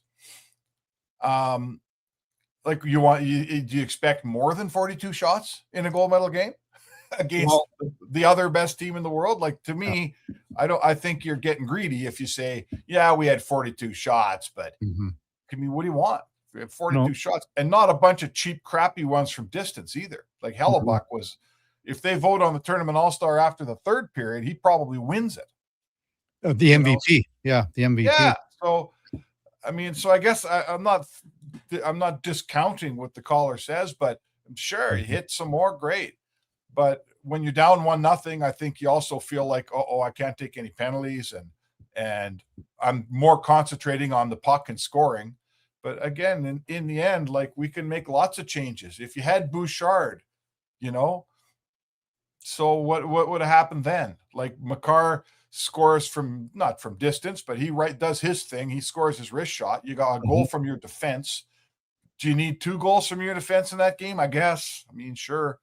The U.S. didn't get any goals from their defense. So I'm having a hard time finding places to say here's the reason they lost, Kev. Yeah, we're really having a hard time. Besides burying chances that are blatant open nets. Like, what? Creating 2 open nets, create 2 open nets, and the puck's 4 feet from the net, 2 feet, 1 foot. At some point, you just got to put it in. Yeah. 8-12 in Edmonton. So the Oilers are back at it. They leave for California. Today we'll have a back-to-back Wednesday and Thursday in Anaheim and then LA. Then they got a Saturday afternoon game in San Jose. So 3 really quick ones against teams that are really, really coming after them. So I would expect, Adam Henrique will come off LTIR. Matt Savoy gets recalled here from Baco. What else are we expecting here in the next little bit, Spec? Well, those 2 guys, apparently Kapanen's out for a couple of games here, right? Yeah. So I don't know what his injury is or where it came from. I'm a little concerned about a guy that's getting hurt this much and now being hurt in practice. That's not good, right? That's concerning. They're counting on Kapanen. He's a good player for this team. So, I think the only move that obviously when he's ready to play, they got to get him back on. And I wonder where this leaves Josh Szymanski. You'd like to not just bury him back in the minors. He's coming off a real, a life-changing hockey experience. And if you don't put him in the NHL and give him a chance to parlay those Olympics into something special, then you never know what could have been. I want to give him a few games here and see if I've got a little bit of a different player, right, Kev, than the one that went to Italy. Well, you would think that his experience there is going to do nothing but help him here coming out of the Olympics. And you would think that because he was with Leon and saw Leon on, for basically 10 days over in Italy, that's going to help him. And, the games that he played before the break were, it's not like he was a world beater or anything, but I don't think that they know what they have yet. So, right. And then again, what are we looking? We got 11 days left. So does that change what your outlook is at the deadline? Well, I mean, that's what I was going to say is what we might see is just for roster reasons and cap reasons. You might just leave Szymanski in the minors until we settle out what we're doing at the deadline here. Let's get the deadline processed. You might approach the deadline thinking to yourself, Szymanski's going to come up and he's got a spot in my team the rest of the year. That might be what Stan Bowman's doing, but he might not be able to call him up until March 7th or whatever. The deadline's on March 6th. 6, yeah. So that may be, he may sit down there. I mean, right now they have 12 forwards, I believe. And if Kapanen comes back at the end of this trip, they'll have 13. At some point, either you trade Mangiapane or you send him down. Mm-hmm. One of the two. I have to think there's a way to move him at the deadline. The only question for me is how much, at what cost, what's the sweetener going to be? How much am I giving up to get Mangiapane moved along here? That's the only question. But I think I would absolutely predict that he will move. And let's see, here's a GM without much cap space that's got a couple holes to fill in his roster and a guy that's got to get moved. Mm-hmm. It's tricky. You buy your way on any problem, Kev. Yeah. You just attach enough draft picks to people, you can trade anybody. But I guess my question becomes, how much are you going to pile into this deadline? How many assets are you going to depart, leave town to try to fix a problem, frankly, that Bowman made for himself in July 1st? Mm-hmm. And the amount of currency that they have, they don't have a first rounder for 2026. They do in 27 and 28, but in 27, they don't have a 3 or a 4. So, the cupboard's not exactly full for sure. So, yeah. So, I mean, maybe you need a defenseman. I like Connor Murphy a little bit in Chicago.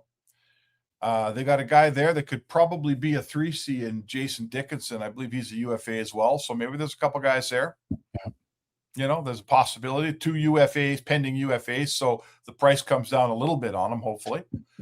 And let's see what happens. Bowman's got Bowman's got to get back to work. I've said it a few times in the show. These guys were all in Italy together, and the deadline has negotiating for the deadline started about 2 weeks ago in Italy. So yeah, I wouldn't be surprised. Trades ended last night. Yeah. So some trades coming down the pipe pretty quickly here.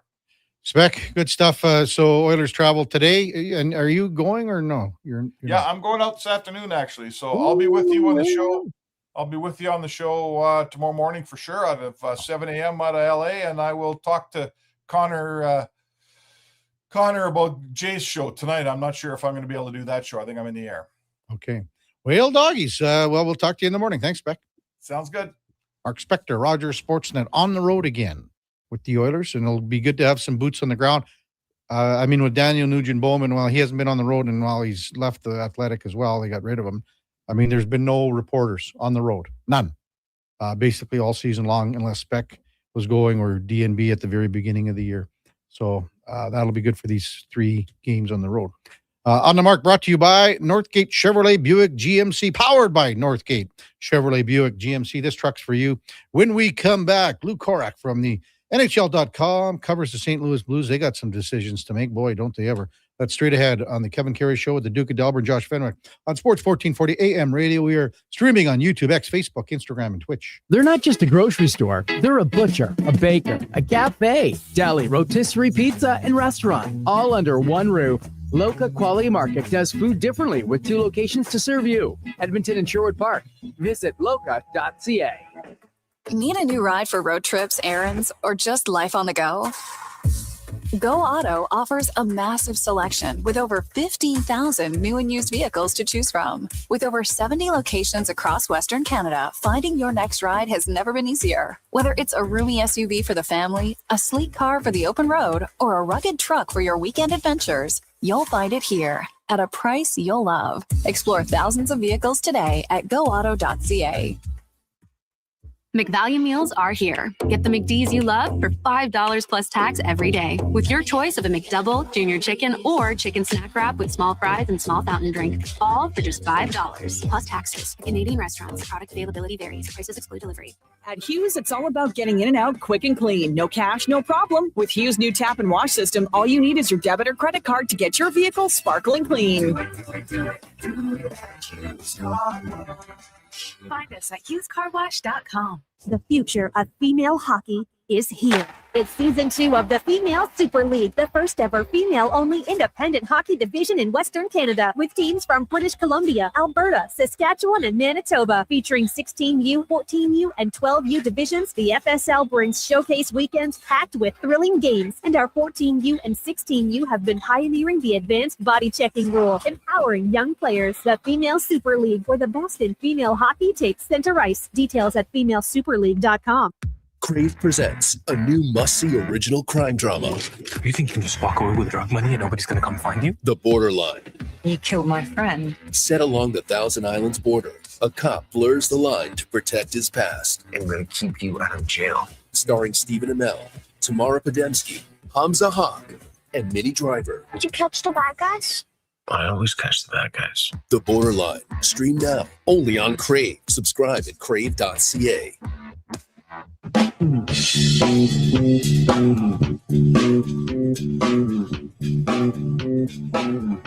Portions of this hour brought to you by Local Quality Market. Your next dinner is ready with Local Quality Market's gourmet meals. Choose from over 200 chef-prepared meals. Shop local at loca.ca. You're listening to Sports 1440 and watch us on YouTube, Facebook, and X. Sports 24/7. We are Sports 1440.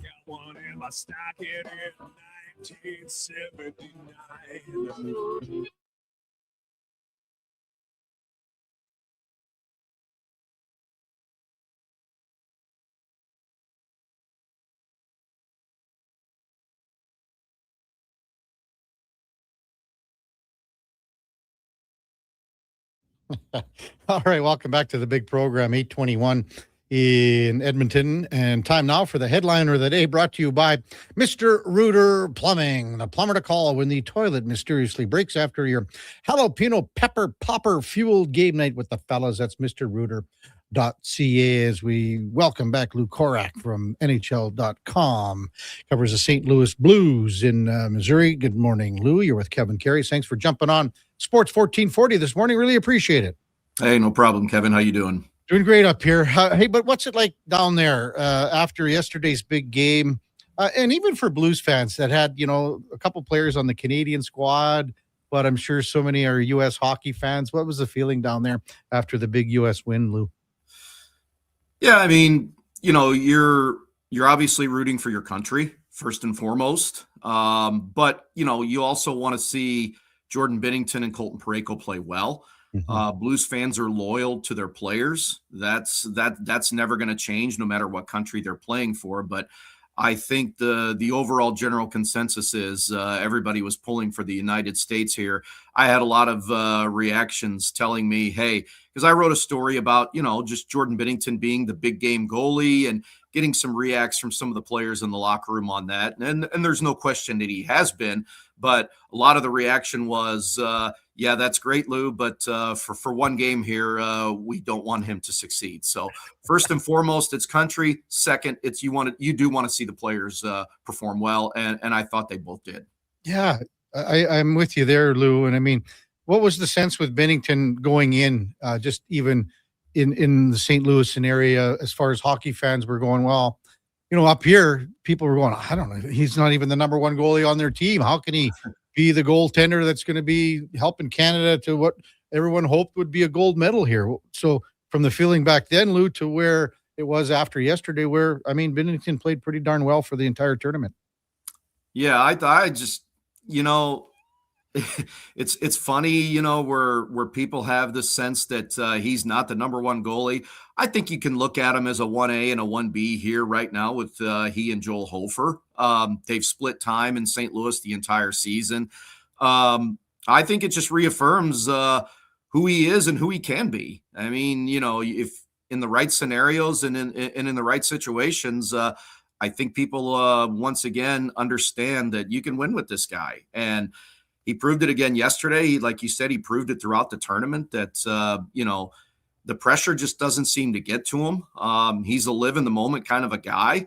And when you have, I had Braden Shen tell me this. Jim Montgomery even spoke about it a couple days ago when we talked to him on Saturday. The immense pressure that you receive playing for Team Canada is like no other. And I completely understand that now after a lot of the reaction that I saw following yesterday's game. I mean, it's one of the better hockey games I've seen in my lifetime, to be honest with you. And just the reaction I'm seeing from Canada, I was like, wow, man, just appreciate what you were able to see yesterday. That game could have gone either way. I mean, Connor Hellebuck stood on his head. Let's be frank here. It was a tremendous hockey game. Both teams laid it out on the line. Both countries representing themselves in the proper way. I enjoyed that thing from start to finish, and it came down to a one-shot game, and the United States happened to be on the right end of it for once. I think it was long overdue. 46 years? It's about time, you know. And some of their stars came and performed when it mattered most, and it came down to a 3-on-3 situation. I know that's a discussion for another day, but you know, you have to love and appreciate what you saw yesterday. And I really appreciated what I saw from two goalies yesterday, really giving their country the opportunity to win. I don't think either one of them can walk out of that game yesterday feeling like they didn't give it their best. Lou Korac with us on the Kevin Karius Show from NHL.com. I'm not sure how to go about this in the sense of growing hockey and continuing to grow hockey in the USA. Totally, Lou. We know how popular it is in St. Louis and other, mid-state markets in the northern areas. But I remember guys like Doug Waite and Billy Guerin talk about, in 1980, the Miracle on Ice, and that's one of the reasons that they started playing hockey. And, and then they talked about that at the 96 World Cup. Do you see maybe something happen down the road here where, 6, 7, 8 years down the road, there's going to be even more of an influx of popularity for the game of hockey in the U.S.? Well, I'm gonna be honest with you. How many people have already got that shot of Jack Hughes with the missing teeth and the blood running down some of his other teeth? How many have already got that framed? That thing is gonna go down in infamy. And I mean, bringing the Goudreau kids out onto the ice, just little things like that. That stuff is gonna go a long way. And it's funny, and rightfully so that you mentioned St. Louis. I mean, represented by both Tkachuk brothers yesterday. Clayton Keller is also there. You get an influx. Chris Pronger is a perfect example. You get, Canadian boy, you get an influx of guys that come here to St. Louis and just talk about what a great place this is. And a lot of them build their roots here after they're done playing. It's grown quite a bit. You're seeing hockey rinks pop up all over this region. What was the going yesterday? The signups for U8 hockey here in America grew leaps and bounds just after yesterday's game. I mean, it was already there was already an influx of hockey in this country, and it's only just going to grow after that. I mean, and how could it not when you've got parents that are sitting down with their kids and they're watching that thing from start to finish. Even as a young kid, you're probably watching that going, Dad, I want to be that. I want to be the next Jack Hughes. I want to be the next Matthew Tkachuk. I want to be the next Austin Matthews. I mean, that's going to go a long way. It went a long way back in 1980, and it's going to go a long way with this group from 2026, no doubt. Lou Korac with us on the Kevin Karius Show on Sports 1440. Just maybe a thought on how you felt Philip Broberg played for Sweden at the Olympics, Lou. It's obviously a sore spot still here in Edmonton, as you can well imagine.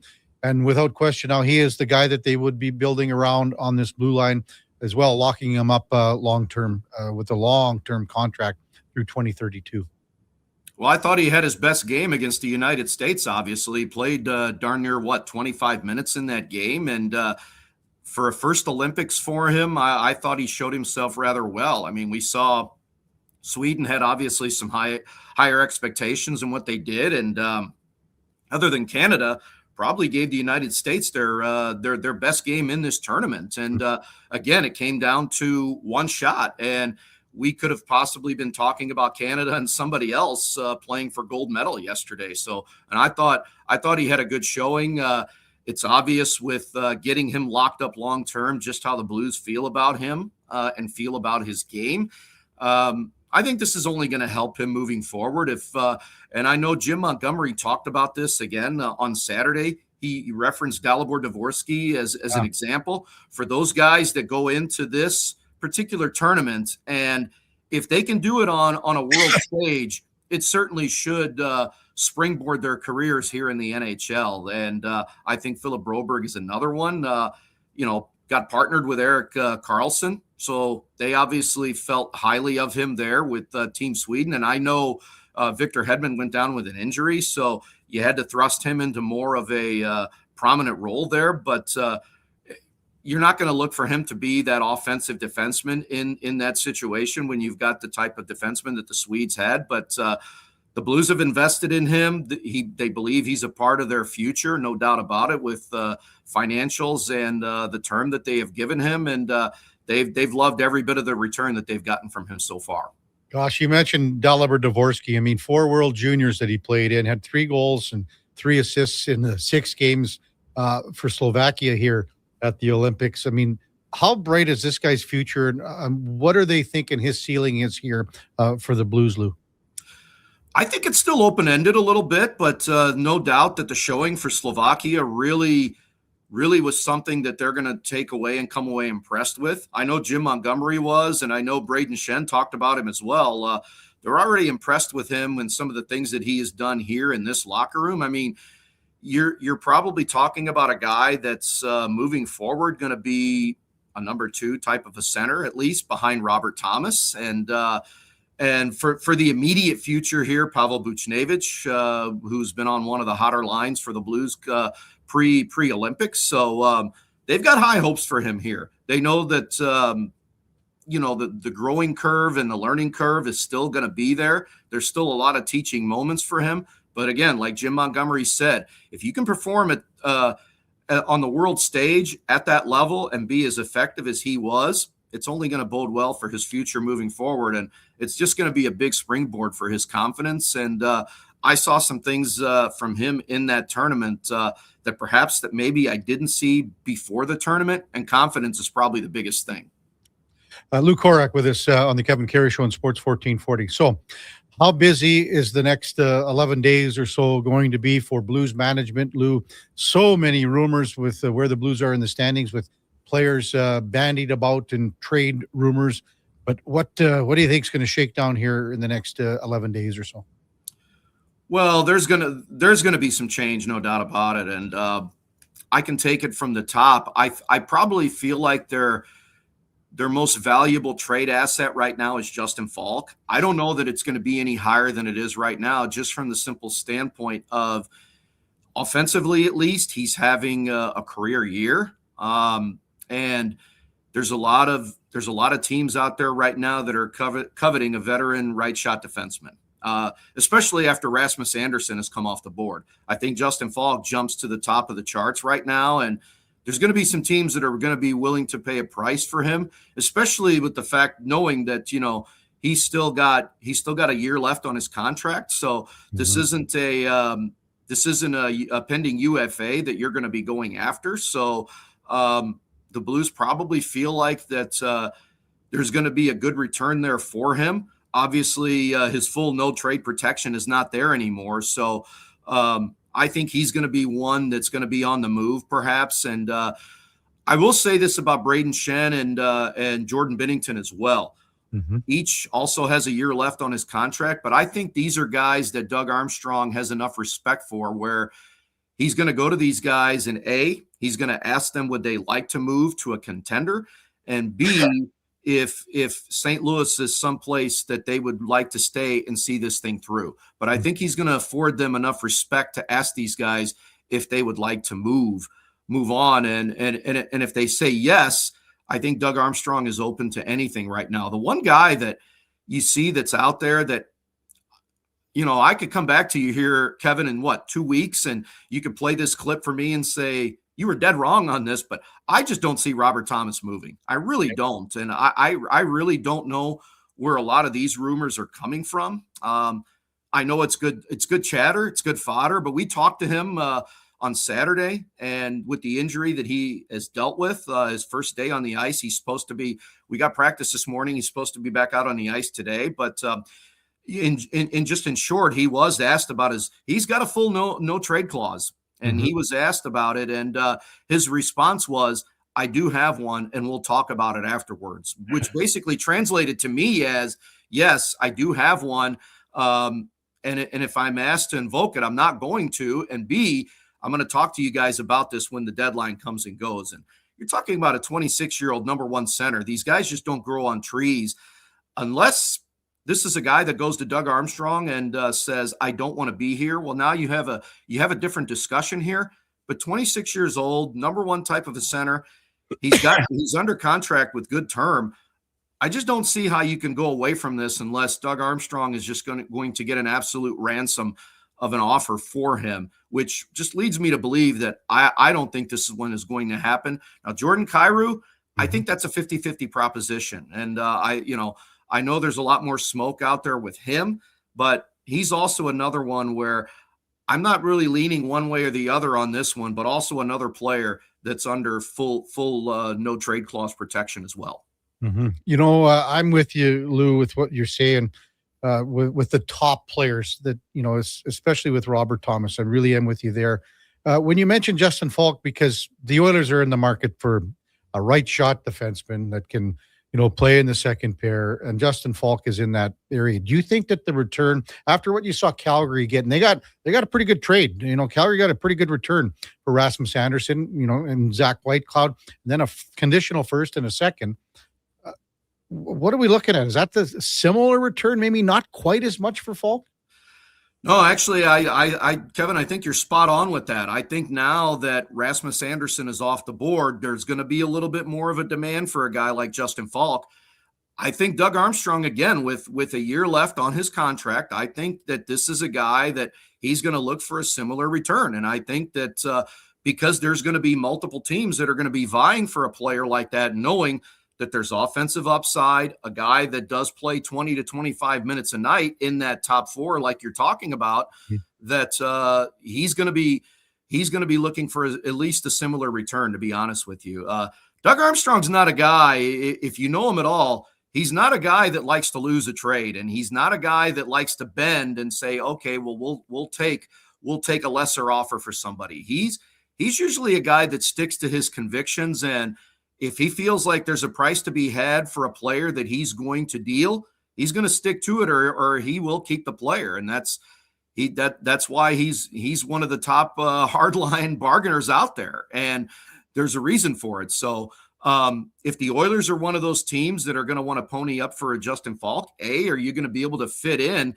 And I heard you talking to Spec earlier about, the cap space there. He's a $6.5 million cap space guy. How do you make that work out? So there's a lot of components that are going to go into this as far as he's concerned with the teams. I know Detroit's been a team that's been mentioned as well. I know the teams down in Florida have been mentioned as well. So Boston has been mentioned in this as well. There's going to be teams that are going to be vying for a player like that. So Doug Armstrong's got some interesting decisions to make when it comes to that, because I think the price there's going to be a pretty good price in return for a player with the season that Justin Falk is having right now.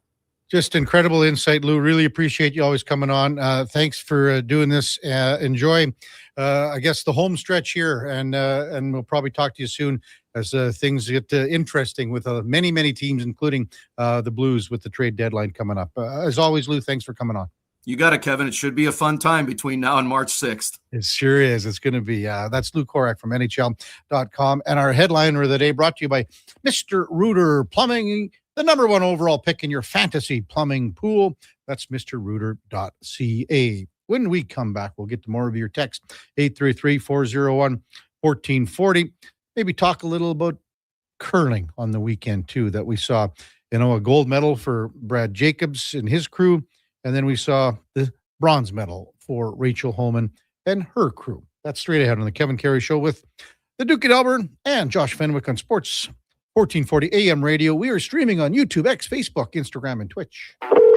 Hello. You're never going to believe this. Booster Juice called your name today. You can get a free smoothie or acai bowl. No way. I'm heading there now. Oh my gosh, you and my brother have the same name. Okay, I'm calling him next. I'm hanging up. Booster Juice Names of the Day is back. 2 names are selected each day, and if your name matches, you can get a free smoothie or an acai bowl. Watch for your name on the Booster Rewards app and social media. Must be an app member to qualify. Booster Juice, Canadian-born, blending since 1999. Hi, Mike here from Northgate Chevrolet Buick GMC. Free trips, free iPads, a barbecue, a wood stove, the #1 dealer in the world. What? Who cares? How about no pressure, a great deal, finance rates as low as 0%, trade values you can be happy with, and an indoor showroom. And we're pretty good people. Stop in and see us today, 13215 97th Street, or visit us online at northgategm.com. Do you sit around at work listening to sports radio all day? That's right, my friend. There's no shame in it. It's the good life. And we're not here to snitch. Say, if your company advertised on Sports 1440, you could be the one listening for your company's ad every day. Now you've got an excuse to listen to Sports 1440 all day. It's part of the job. Sounds like someone's getting a promotion. Email Gregor at sports1440.ca and let's get to work for you. Mr. Reuter gets a colonoscopy. All right, Mr. Reuter, just relax. We're almost finished. Now, what am I looking at on the screen? That's your large intestine. Wow, the pipes of the human body. Incredible. This is just like when we use a camera for sewer inspection, except you probably don't find tree roots. You'd be surprised what we find. You know, once I found a bunch of Hot Wheels. Hey, me too. For a plumber who values healthy pipes, call Mr. Reuter. This is Andrew Walker, host of the postgame show on Sports 1440. After every hockey game this season, tune in and chime in as we talk about the game. It's all sponsored by Legacy Heating and Cooling. Don't get left in the cold. Visit legacyheating.ca. This year, instead of a short winter getaway from the cold, what if you took a permanent winter getaway from your hair loss? Hi, I'm Dr. Vance Elliott, inviting you to come plan your winter transformation. I've helped thousands of Edmonton men and women get their hair and their confidence back. Many of them preferred the winter. Cooler temperatures are great for recovery, and winter hats can keep everything discreet. Trips are nice, but this winter, choose to invest in your vessel. Book a free consultation today at drvanceelliott.com. Whoa, I got to put some money on the game tonight. We hit our monthly budget. Whoa, how did you get in here? I'm you, the responsible you. We're right. We'll play another time. Sounds more like us. If you gamble, use your game sense. Visit GameSenseAB.ca. Looking for auto parts without the dealership price tag? You'll save big here at Ed's Auto Salvage in Westlaw. From engines and alternators to doors and glass, we carry quality tested used parts at unbeatable prices. Why spend thousands when you can spend hundreds? Keep your car and your budget running strong with Ed's Auto Salvage. I'm Lisa, inviting you to stop in soon or visit us online. We offer province-wide shipping and daily delivery to Edmonton. edsautosalvage.com.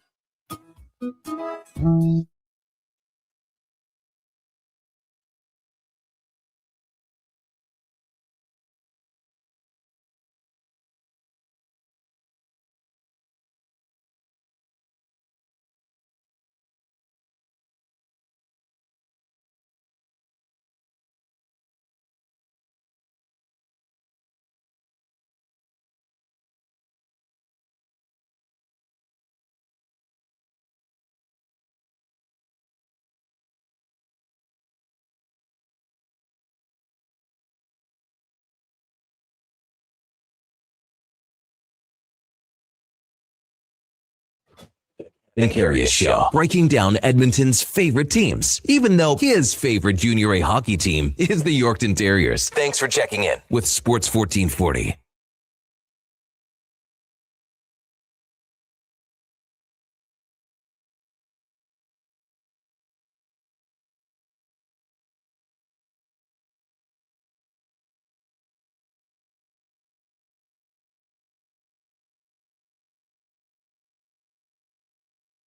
All right, welcome back to the big program, 844 in Edmonton. I was actually thinking this morning, Duke, if you would have played Born in the USA by Bruce Springsteen at some point, how our listeners would have reacted to that. Well, so I do play that. I know you love Oh, Bruce, yeah. so I mix that song in quite a bit on our program, especially if we're having maybe an American type guest. But also, that song's like essentially the opposite of what people think it is, like what it's actually about. Like it's not actually a very patriotic song. It's talking about the problems with the American dream and all that jazz. Yeah. So, hey, it's a great song. I love it as much as the next person, but I was thinking I was probably going to save Freebird for when once Wyshynski comes on, since he's our leading the pack. He's just going to be crowing. What I love about Greg, and he doesn't mince about, like when he is a respected, credentialed, great journalist, right? Like he's a journalist. Yeah. But when he's online, he does not shy away from bits, shticks, trolling people, putting tweets out that are essentially just trying to get a rise out of Canadian hockey fans, essentially, and it's hilarious. I agree, and it does get everybody's juices flowing. Oh, it gets them so mad. Yeah. Not so to the mad. extent of someone else here that I'm going to just read this text from Sask Oilers fan. Oh, really? Okay. Big senior hockey weekend in Sasky. There was a full house last night on the reserve in Ochap, and I've been there, Duke. That's where my mom and dad used to live, not too far away from there. Great atmosphere in Foam Lake, Thorburn, etc. My point is, this is Canada's game. Yeah, we lose sometimes, but nobody cares like we do. Seems like the cool thing to do lately is bitch about Ron McLean, but he's spot on his assessment. It's in our blood. It's in our culture. That's why it hurts so bad to hear bums like Dave Portnoy mock us. The guy knows nothing about hockey. From Sask Oilers fan. I'm so on board with this take on Portnoy. And I'll be honest with you, Duke, before I started this job, I didn't know who the hell the guy was. Right. Only because of having to be a lot more on social media. Which is for this understandable. job. I would love for this guy to come to Edmonton and cover a playoff round and see what it's like here and see the difference between the passion and everything else. I understand his passion for the United States. I get it.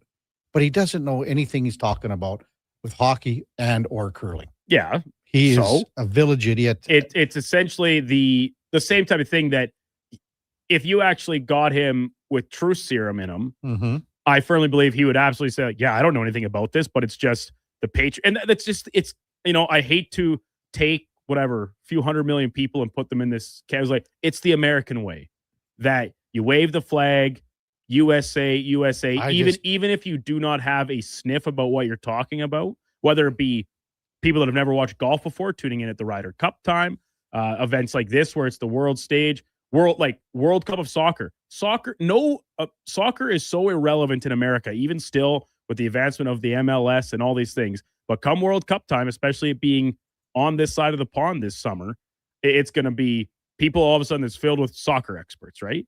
And so I don't know. Is it annoying to see online? Well, yeah, guess what? You don't have to consume it. Mute it. Don't go on Twitter, Instagram. You don't have to see it. But then to get mad about it, I think is just playing right into their hands. Of him, yeah. And but Wyshynski's way different than Portnoy. Well, yeah, he's a journalist. Yeah. So right, and Greg's great. I think he's hilarious, to be honest, especially because you even in reading his stuff, because they're just tweets usually, not like videos like Portnoy posts. You can almost feel the tongue in his cheek as he's typing it, some of them. And I almost always get a laugh out of it. So in the commercial break, the Duke and Fenny, for that matter, and myself, we're having a friendly disagreement. And I want to get our listeners' perspective on it. And it all has to do with the Devon Taves wide open net, 6 inches from the goal line. And I'm saying that this is more of just pure, absolute luck on the part of Connor Hellebuck. Duke and Fenny, for that matter, are saying it's a save. More of a save than luck. To me, the whole net is there for Taves. He shot it into the paddle. Of Hellebuck. Duke, your perspective is, and you can say what you said in the break. Well, the way you were, and it's funny because when you were on with Lou, I just jumped out to go to put my coffee cup away, and I heard the replay of your hit with Pete this morning on K97 on the studios, on the speakers here in the studio, because they run it again the 8 o'clock hour. And it literally was that exact moment where you say that is 100% luck. And with that statement, that is where I disagree. It is not 100% luck. I play goalie recreationally. I'm far from an expert on it. I was never trained in it growing up. I played at my last year midget hockey, and now I sub in beer league. Almost any save, there is a degree of luck. You can put yourself in the right position, but especially when you're talking about the world's best shooters, you have to hope that it hits you sometimes. And whether it's a sprawling out cross crease and the guy just shoots it right into your glove, you put your glove there. He shot it into it. Now, in this case, this is like a super, super minute example. He shoots it right into the stick, no doubt about it. But it's not like he's looking the other way and it hits him in the back of the pants and he has no clue what's going on. He's reaching back. He is doing his best to put anything in the way of the puck and the 4x6 yawning cage that Taves is staring at from 1.5 feet away. It is a desperation save that is part luck, without a doubt. But it's all also luck. No, it isn't. It isn't all luck. It is a lucky save. So how come every time you score a goal at your skates, that's luck? If I put the puck, okay, if there is, we're talking about a 4x6 area here, Duke. A 4x6 area. So we have 24 square feet. And you have the puck 6 to 8 inches from that with nothing obstructing you besides, let's call it, if we're talking 24 square feet and you have the width of a paddle for 12 inches, and the blade was there obviously too because this hit the paddle, that is on the shooter 100% for not scoring the goal. Well, so I agree with you there, but that doesn't mean that it's 100% luck.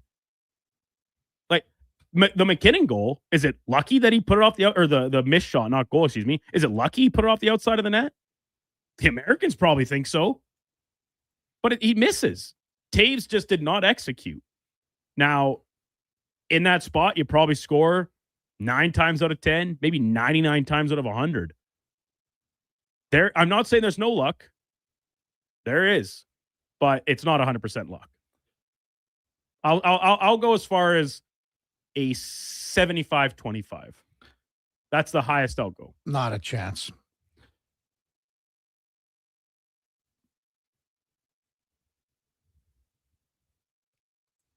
Brad says, boys, if Binnington made that save, it would have been hailed a brilliant save. That's hockey. That's the game. No, if Binnington made the exact same save, I would have said that is all luck, and that's all on the shooter for not scoring into a wide open net and hitting the stick that was there and hitting the stick that was just there. The stick, the paddle did not move to make the save. It's just sitting there. It's just, so again, to pretend the net is wide open and Connor Hellebuck is lying down with his paddle on the ice with 95% of the net open. Mm-hmm. And Taves doesn't raise it the required 3 inches with nobody on him. It's not like someone was tugging him, not like someone was on his stick. So, all right, I'll answer you one more, Kevin. If Hellebuck doesn't touch it, or if Hellebuck isn't there, what happens? If Hellebuck's not in, like if his paddle's not there, yeah, it goes into the net. It goes in the net. It doesn't miss the net. It's a save. And it is not 100% luck. I'm sorry, like, you will not convince me on this, Kevin. You won't. I just, like, again, Duke, there are, and you can talk about being a rec hockey goaltender. There are 10,000 rec players in Edmonton going, I could have scored that. 10,000 rec players in Edmonton. Try millions of people watching that game. I saw it on Twitter. I'll talk about all these Americans trolling.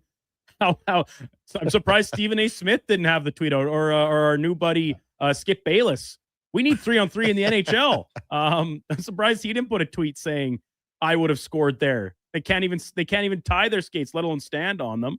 I don't know, Kevin. Like, it's obviously that it's obvious we have differing views on this, but I just think 100% luck save is that the goalie has no idea what's going on and a puck hits him. There's no movement on his There absolutely arm. is. On his stick. He's reaching back, Kevin. Oh. What are you talking about? Have you watched the replay? Yes, I've watched it a million times. He's reaching back, doing anything he can to take away that 5% of the net that you're talking about.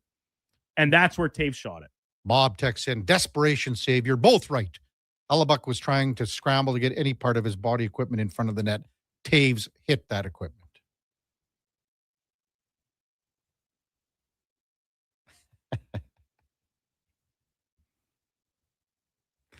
Gen X, Jeff, it's not 100% luck, but you're never going to convince an old man that he's wrong.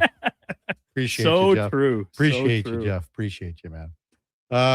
I think we're going to have Mike Wilner at the top of the hour. 9:30 is what we're looking at. So I think maybe we could do in or out at the top of the hour, right, when we come back, if we want to. Why don't we do in or out?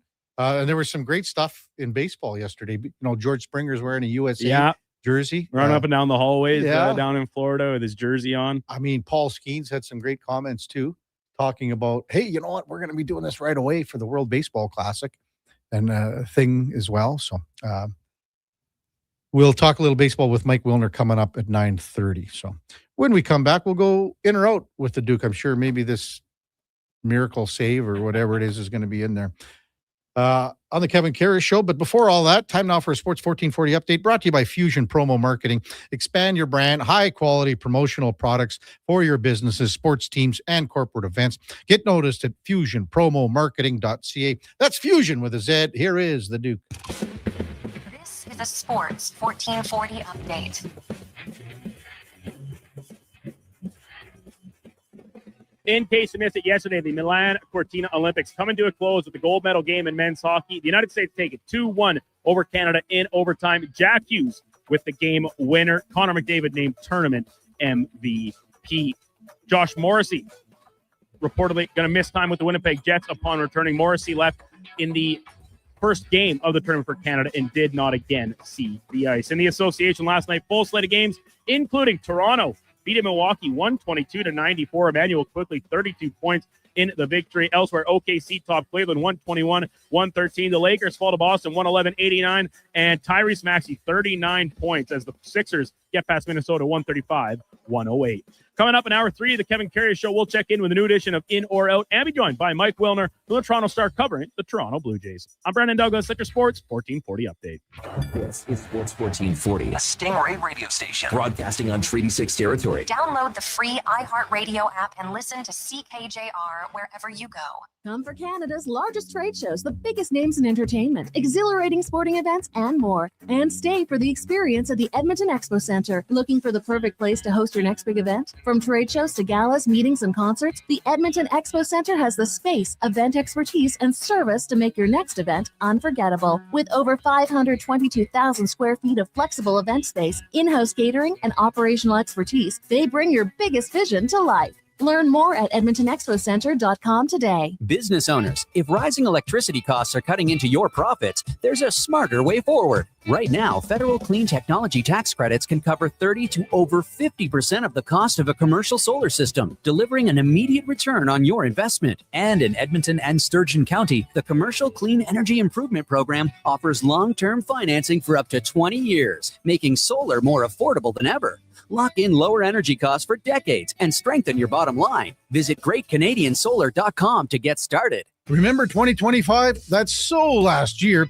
But seriously, St. Albert Dodge needs to clear some 2025 models off the lot to make room for new inventory. So they're having a huge clear out of all the remaining new 2025 Jeep Wrangler Saharas. The Sahara package is the best seller, so they have a great selection to choose from and priced from as low as $59,900. I don't have to tell you, these are going to go fast. So get there before they are gone. Just head up the trail and see how easy it is to do business at St. Albert Dodge. Getting your vehicle sparkling clean doesn't have to cost a fortune. Take it into Hughes today and pay just loonies a wash. Find us at HughesCarWash.com. This hockey season, before every game, check out the pregame show with Andrew Walker on Sports 1440. It's brought to you by Titan Supply, your only source for rigging, lifting, and hauling products. Visit titansupply.ca. For over 60 years, the folks at Diablo Boots have been selling the best Canadian-made boots. Handcrafted in Winnipeg, Canada West makes the best quality cowboy, biker, and work boots for Diablo Boots with replaceable soles and heels. Why buy cheaper quality like Ariat, Justin, and Red Wing made in China when Canadian-made is better? Support Canada's workers and Diablo Boots for the best boots. So save on boots by Save On Foods. That's Diablo Boots, 3340 Gateway Boulevard on the east side of Save On Foods. Canada West and Diablo Boots, the two best names in the boots business. A roll-up season report from Tim's. The forecast calls for all-inclusive getaways with sell-off vacations and Bass Pro Shops 2026 Sun Tracker pontoons. Play on the Cup and the app before March 22nd. Cups available for a limited time. Rules apply. Canada only. No purchase necessary. Visit the Tim's app for details.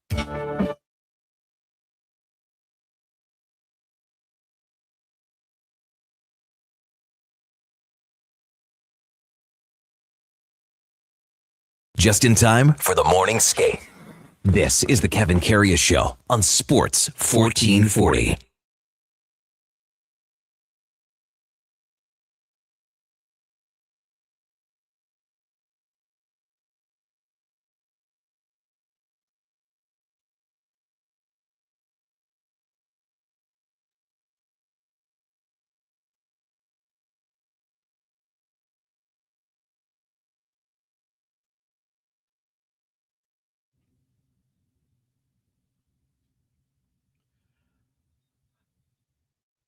All right, welcome back to the big program, 9:01 in Edmonton. Kevin Karius, Duke of Delburne, Josh Fenwick with you here on Sports 1440 AM radio. We're streaming on YouTube, X, Facebook, Twitch, Instagram, the whole bit. Our text line has been humming this morning. Great to have everybody texting in at 833-401-1440. Triple C in a truck chimes in. The only way to solve this lucky save business is take it to the ODR. When is this game happening? Next 2 weeks is perfect weather. I'm dying to see MTR skate on double blades. I would bet MTR would have double blades. Yeah. Or Velcro straps, probably. Or one of those where you twist the dial and you crank them up. Yeah. To tighten them. Mm-hmm. Soft hands can't cinch up the laces. We can replay this play, Duke, and you can be in goal, and I'll be. And I'll stop it. I'll stop No, it because you're no good and I'm excellent. I'll be. You know what? Even if he doesn't even have to raise the puck, Duke, and it goes in. Oh, I don't know what to tell you, Kev. That's what I'm saying. He shot it at the paddle. So, if the paddle wasn't there, it would have went in. If Taves misses the net, we're not having this conversation. We're saying, and it's still on Taves either way. From that spot, you have to score, no doubt. But Hellebuck did what he could, and it was enough in this specific circumstance. You'll never tell me that this was not all luck. Well, and you won't tell me the other way. So. All lack of, and this is on Devon Taves 100%. We've come to a head. Is this the first time, and we're coming up on 2.5 years, that there is zero concession from either side of an argument we have? Yeah. And we do this at the ODR after. I'll go bar down, Duke, as well, too. You can just put your stick there. And if I don't score on this play, I'm done. I'll never put I will never, ever put the blades on again. Kevin is retiring from hockey. Yeah, it will never, ever, ever put the blades on again. This is big. Yeah. I have a freeze frame on the goal, Duke. A freeze frame. Well, good, because freeze frames always tell the whole story as opposed to actually watching the full thing. I watched the whole thing, and now I have it on freeze frame. And, I mean, for Taves, it couldn't have got any better. The fact that the first kind of shovel deflection goes off the skate of Hellebuck. Hellebuck makes the first save on Taves. Probably all luck. No. But to me, and we had a texter, he's in perfect position, perfectly balanced, perfect everything. It is a fine tip, right skate save.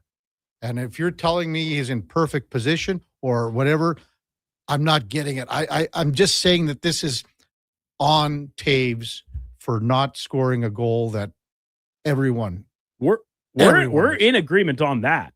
The disagreement is where the validation or credit goes to the goaltender. where you think it's 0. I think it is. Yeah, which I disagree. Mm-hmm. Time now for Are You In or Out? Okay, you know what? Moving too fast. Bottom line, are you in or you out? In or out of what? No time for questions, just action. In or out? Well, then I'm out. I'm sorry, Jet. Actually, you're already in. Are you in or are you out? On Sports 1440. I thought you would go, I'm in, Bob. We would have had a really cool moment, but you kind of ruined the whole thing. All right, Duke, Letterbuck. Team Canada falling yesterday to the United States in the Olympic gold medal game. Jack Hughes, the OT winner. Connor McDavid was named tournament MVP, set a new single tournament scoring record with NHL participation. The rest of the All-Star team, Cale Makar, Quinn Hughes, Juraj Slafkovsky, and I'm missing one. Was it Celebrini?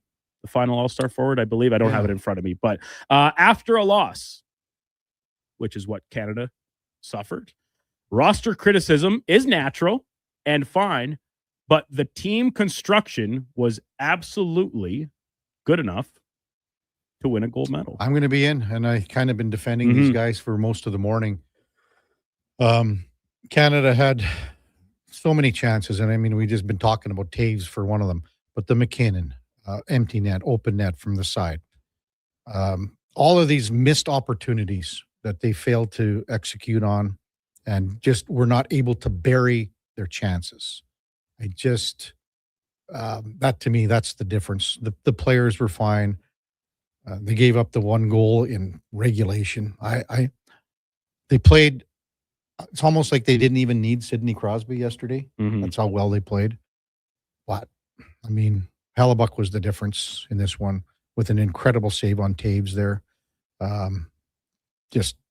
I'm in. So Duke, I think the roster construction was just fine. Yeah, that's kind of where I struggle with the criticisms that, for the most part, I've just been seeing online, right? And from fans more than anything, and that's on the text line from this morning, going back to yesterday when Connor and I were on right after the game, is these criticisms about so-and-so should have been there, why was X, Y, or Z on this team? Like, they were a goal away in a game where they carried most of the play. And once again, you know, it's a cliche, but we're the better team. So to crucify the management and the construction of the roster and the players on it, I think is kind of out there. Like, I think it's silly. They face some adversity in games against the Czechs and the Finns, of course. But once again, these are the other best players in the world, and they're trying just as hard. Now, talent doesn't always beat lesser. I think the United States talent-wise were right there with the United States, or with Canada, excuse me, but it just didn't go their way yesterday. And so, and it's, you know, it's funny, Kev, one of the names that I think was maybe the most criticized again upon addition to this team, and he wasn't even expected to play for most of the tournament, Travis Sanheim. Yeah. I thought he was the team's best defenseman yesterday. Yeah.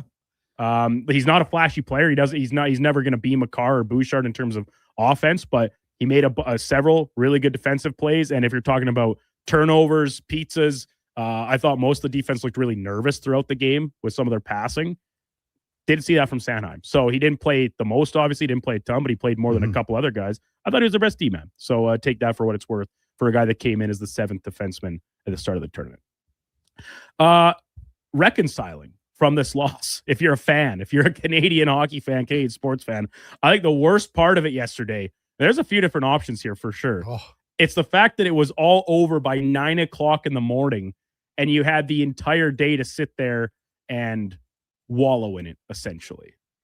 I'm in on this one. Think about most of the time when your favorite team loses, playoff games, hockey, football, doesn't matter. The game's over. It's like 10, 11 o'clock at night. You just go to bed, try again the next day. I sat on the couch and just watched a full season of Sopranos yesterday. That was what I did with the rest of my Sunday. Yeah. I'm in on this one too. And do you think there was a lot of like morning and day drinking going on?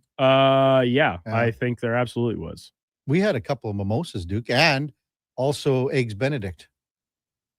Really? Yes. At home. At home, yeah. Homemade hollandaise sauce? Oh yeah, home everything. Must have missed my invite. Well, once I found out you guys were doing a little post-game thing, I thought, well, there's no sense bringing you over. Yeah, I watched the first 2 periods at home and then came in, and Connor, Mackenzie, and I watched the third period from here in the studio, and overtime, obviously, as well. But yeah, no, nothing crazy for me.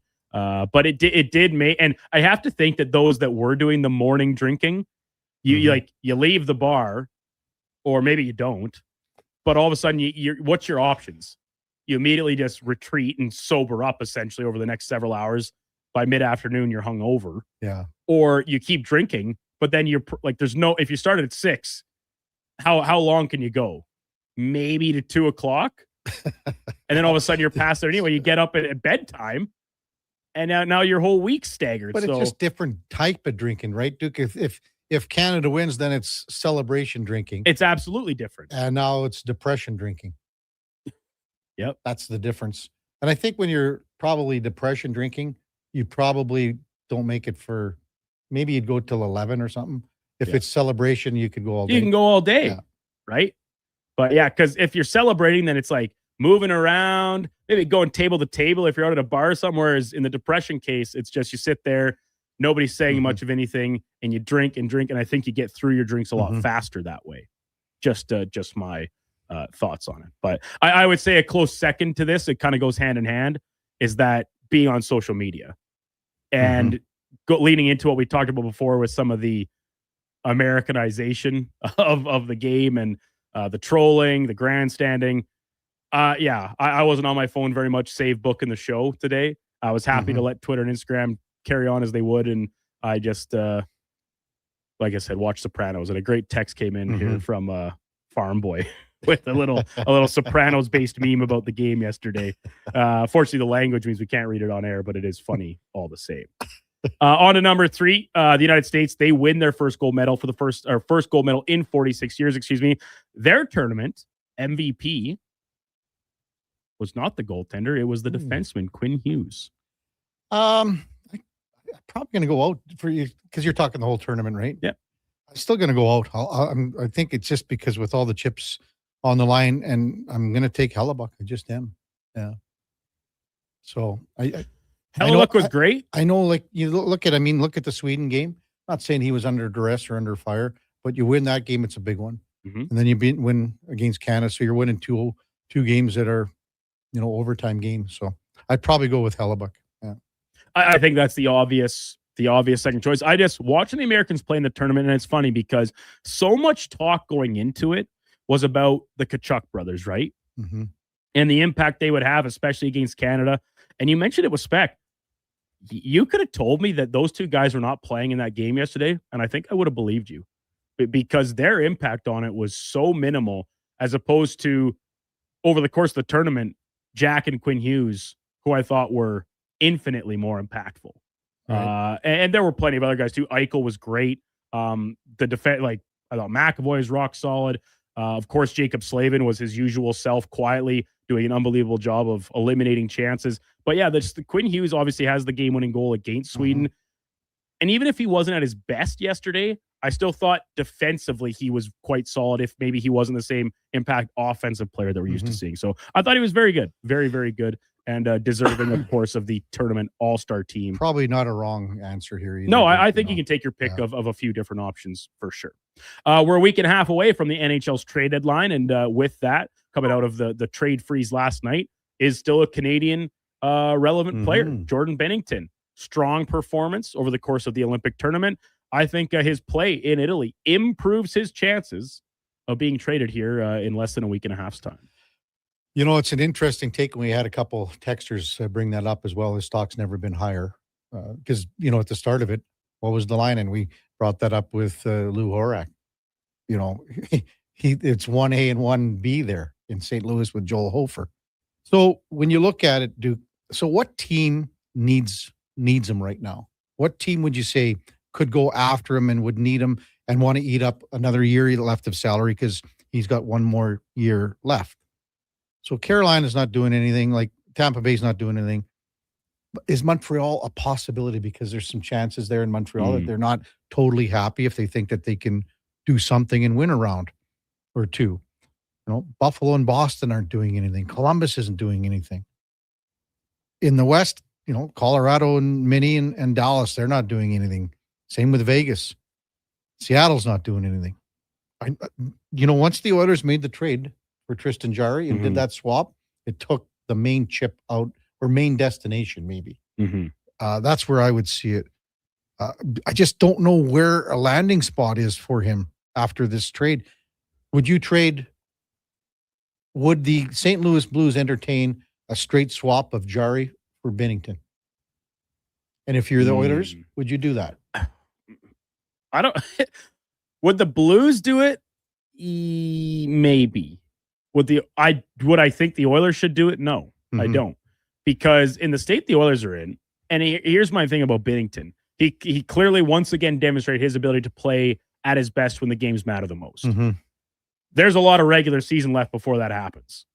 And so to get Binnington traded to a team that is fighting for a playoff spot, which I know the Oilers technically are, but I think most of us are pretty confident in their ability to make the postseason.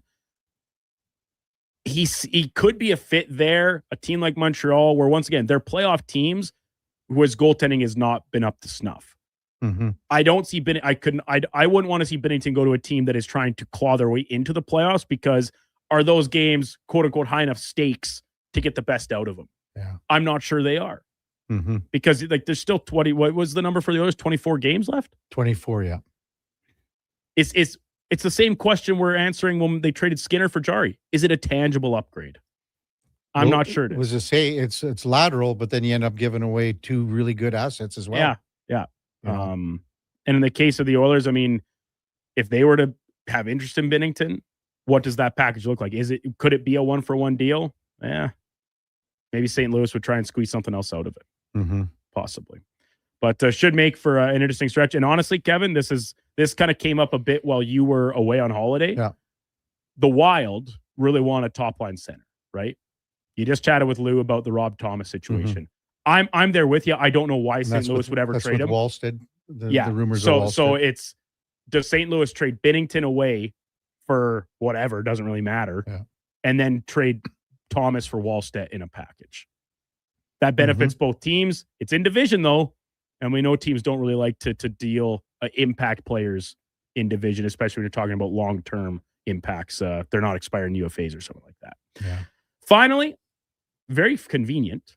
Good timing on this. It's National Banana Bread Day. I cooked some banana bread Saturday evening actually, and brought some in yesterday to share with my colleagues during the gold medal game. We never got into it, but I have it. Actually, it does look like someone cut off a piece though already this morning. No way they did. Yeah, I'm seeing. Maybe that was me. Maybe I cut that off. I can't remember. It's all a blur. So we're gonna cut some up here. My point here, we've talked about banana bread before. I like walnuts and chocolate chips, even if Struddy thinks that doesn't make it banana bread anymore. Whatever. It's a near perfect dessert. The only improvement that can be made to banana bread is actually changing it and putting it into muffin form instead, for the sole reason of convenience and ability to eat. Okay. So first of all, for our listeners, when I came in this morning, there was this thing on the counter of the kind of the bar area. I didn't know what it was, to be honest with you. And then I really took a nice closer look at it. And I went, oh, that's sort of like a loaf of banana bread. But how I can explain this is it would have been a loaf of banana bread that was taken. And Duke has given me a little sample here in just a second. It would be a loaf of banana bread. And now Duke has cut this loaf as you would normally cut a piece or a loaf of banana bread. From the bottom of where this loaf is to the top, the rising part, I would say it is 1 3/4 inches. I'm for our YouTube or online viewers, I'm holding it up to the camera. It is a shallow banana bread. So it's more like, it looks like a biscotti, the size of it. The reason this is, so I made the full bowl of batter. I filled the loaf pan once. It didn't all fit in there. So this was the leftover. So it only took about half of the loaf pan. So it's a shorter, like a short stack. Okay. So it looks like if you take, say, when you do your banana bread loaf and you take it out of the oven, for people that have done it and are listening. So it'd be like taking that and then taking the knife parallel to the counter. And just cutting it in half. No, not in half, Duke. Taking about, normally a banana, if you buy a normal banana loaf and a slice. This was like half of the loaf pan I had. Half. I don't know how big your loaf pans are, Kev. You're crazy, but this is the loaf pan I had. This was half the size of it, height-wise. This looks like it was, yeah. Did you even have a? Do you have a taste? I haven't yet. Well, it's good, man. I haven't yet. Well, it's good, man. Have you given? Has Josh? Josh is going to have some right now, and he's had like many banana loaves over the years. I'm assuming. It's moist, Duke. It's obviously some good banana flavor. You've added the chocolate chips and walnuts. I think a little. I had one little walnut. Okay. This is almost equivalent to Robert De Niro in Casino when he talks to the chef and he says, "How come I only have 2 blueberries in this muffin?" This part that I got has one little piece of the way walnut you're talking, Kev, this loaf I have, you would just eat this like it was a sandwich. You just pick it up with 2 hands and just bite into it until you're finished. Okay. Well, that's the way you're talking about how much banana bread you want at a time. Well, I want a slice of banana bread. I just want, you know what this reminds me of? It's like it's Seinfeld. It's a little sampler. No, this sampler. Is like Seinfeld. It's like you've taken the muffin top and you've just taken the top of that. I pulled it apart from the top of the pan, which to the question itself, I love banana bread. As I said, I think it's a near perfect dessert. Yeah. Now you got to slice it, get a little schmear, maybe butter on there if you can. If it's still warm, that's great. You're stick it in the microwave for 10 seconds, get the melty factor. But banana chocolate chip muffins. Yeah. It's all the same ingredients. It's you just put it in a muffin tin, which I don't own. It's very good, Duke. I'll give you that. It's very good. I'm impressed with it. I thought it would be like, again, the size of a piece of small bread. Like, when you can buy, say, when you go to Bonton Bakery, you can buy the small rise, the small whatever. Okay. I was hoping it would be like a slice. This was just like an inch and 3/4. Just to wet your whistle. Yeah. Have you craving for more? That's what I'm thinking. Do you ever put any like butter or margarine on it? I usually will give a smear of margarine. Yeah. I went and bought butter for the baking purpose, but I usually just keep margarine in the fridge.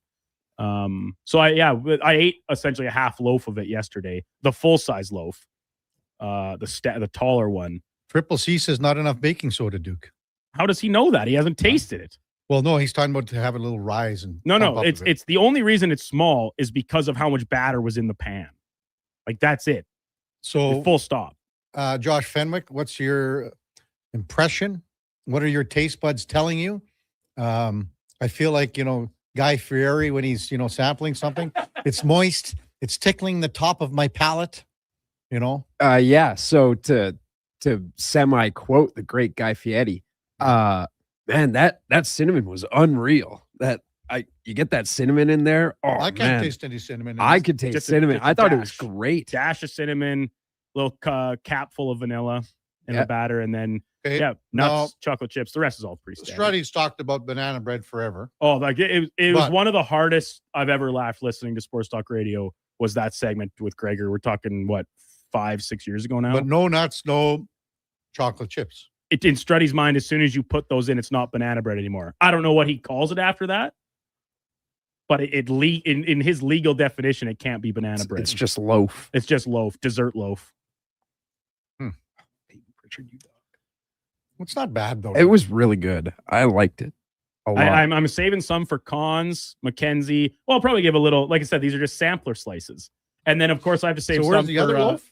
At home. Oh. But you ate it yesterday watching The Sopranos. Only half of it. The other half is still there, but I didn't bring that one in, the taller one, because this is my first time cooking it or baking it. Do you ever toast the walnuts? I was concerned about the middle of it being done because it's so much thicker, and as a result, the outside it was a little overdone. Not burnt, but very close. Very close to being burnt. Just the outside. It means you probably put too much mix in. Crispy. Well, I filled the pan. And by the time it rose, it was just right at the top of the pan. I eyeballed it perfectly. But I think it was cooked in the middle, but since it wasn't cooled yet, it was still kind of gooey. Yep. I didn't have the patience was my problem. So hey, just like my cookies back at Christmas, you do it, you learn from it. I'll be better moving forward. I liked your cookies at Christmas too. My mouth's watering now, Duke, so that's a good thing, Tasty little treat. I got a little snippet left. It's it's an inch and then I have to the other person that has to have some before it's all gone is Melanie, a sales lady here. She gave you the recipe. She gave me the recipe with a couple tweaks that I made. Oh, it's very impressive. Very impressive, Duke. When we come back, we'll have a quick segment because we're going to get to Mike Wilner from the Deep Left Field podcast, as well as the Toronto Star. Talk a little Blue Jays baseball. Straight ahead on the Kevin Carey Show with the Duke of Delburne. Josh Fenwick on Sports 1440 AM radio. We're streaming on YouTube, X, Facebook, Instagram, and Twitch. Hey, sports fans, we've got a clear choice for you. At Crystal Glass, we provide customers with the perfect glass for any job. From home to auto and even commercial, installation or repairs, we're your team. Call 310-GLASS or visit crystalglass.ca. Crystal Glass. McValue meals are here. Get the McD's you love for $5 plus tax every day with your choice of a McDouble, junior chicken, or chicken snack wrap with small fries and small fountain drink. All for just $5 plus taxes. Canadian restaurants. Product availability varies. Prices exclude delivery. A huge thank you for making Sports 1440 the most listened to sports radio station in Edmonton. From Gregor to Karius to Low Tide, we've got in-depth analysis on all your favorite sports. We are Sports 1440. Invest for today and tomorrow. Vision Credit Union makes it simple with 2 RRSP options to fit your goals. Choose a secure term deposit RRSP with guaranteed returns or a mutual fund RRSP offering higher growth potential with exciting opportunities. With an RRSP, you'll save on your income tax, grow your investments tax-free, and get closer to your dreams, whether it's retirement or your first home. The deadline to qualify for 2025 tax deductions is March 2nd. Learn more at visioncu.ca. Oh man, I rewatched everything. I think the couch has a permanent dent in it. I've got to get out of here. Feeling a little cooped up? Break free from cabin fever with a new ride from Nisku Ford. This February, the open road is calling. Answer it in a brand new Ford and get interest rates as low as 0% or rebates up to $8,500. It's the perfect excuse to escape the house and rediscover the joy of driving. Your adventure starts at Nisku Ford. See our inventory today at niskuford.ca. Above expectations.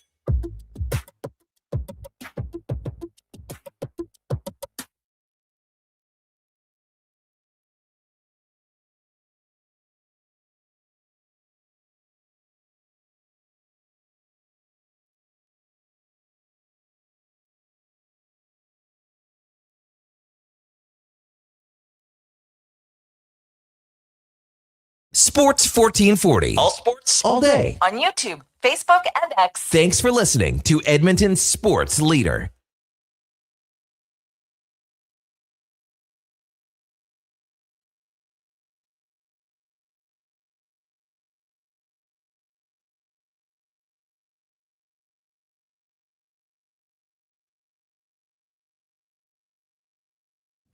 All right, welcome back to the big program. Just a quick segment here before we get to Mike Wilner from the Toronto Star and the Deep Left Field podcast.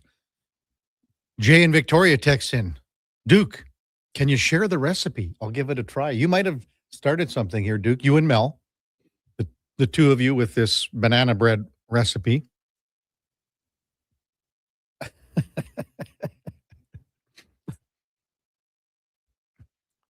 Nick M is pretty funny here. You bastards talking food like banana bread in detail during Ramadan. It's blasphemous and cruel. LOL, just kidding. But I'll tell you what, I really thought that it was quite tasty. I thought that there was the moistness that was there. It wasn't dried out.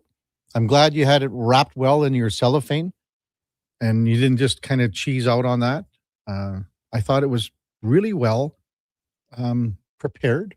I just wish it was a little more loafy. You just wanted more. Well, loafy. Like, I mean, to me, it looked like a piece of biscotti that was like not dried out.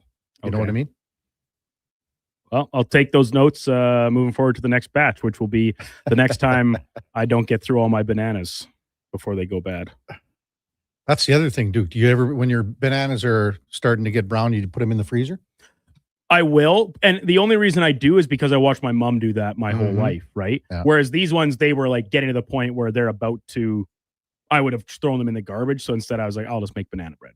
I didn't have to freeze them. How about Carla? Carla says, Duke, next time you're at the grocery store, buy the small loaf foil container for your remaining batter. It will be proportionate. So it won't be as long. It'll just be taller and shorter in length. Yeah, those small little ones, you know. The dimensions are, the total volume is Carla's the same. Bang on here. The volume is the same, just the dimensions are altered to make it, as you say, Kevin, taller, more loaf-like as opposed to pan-like.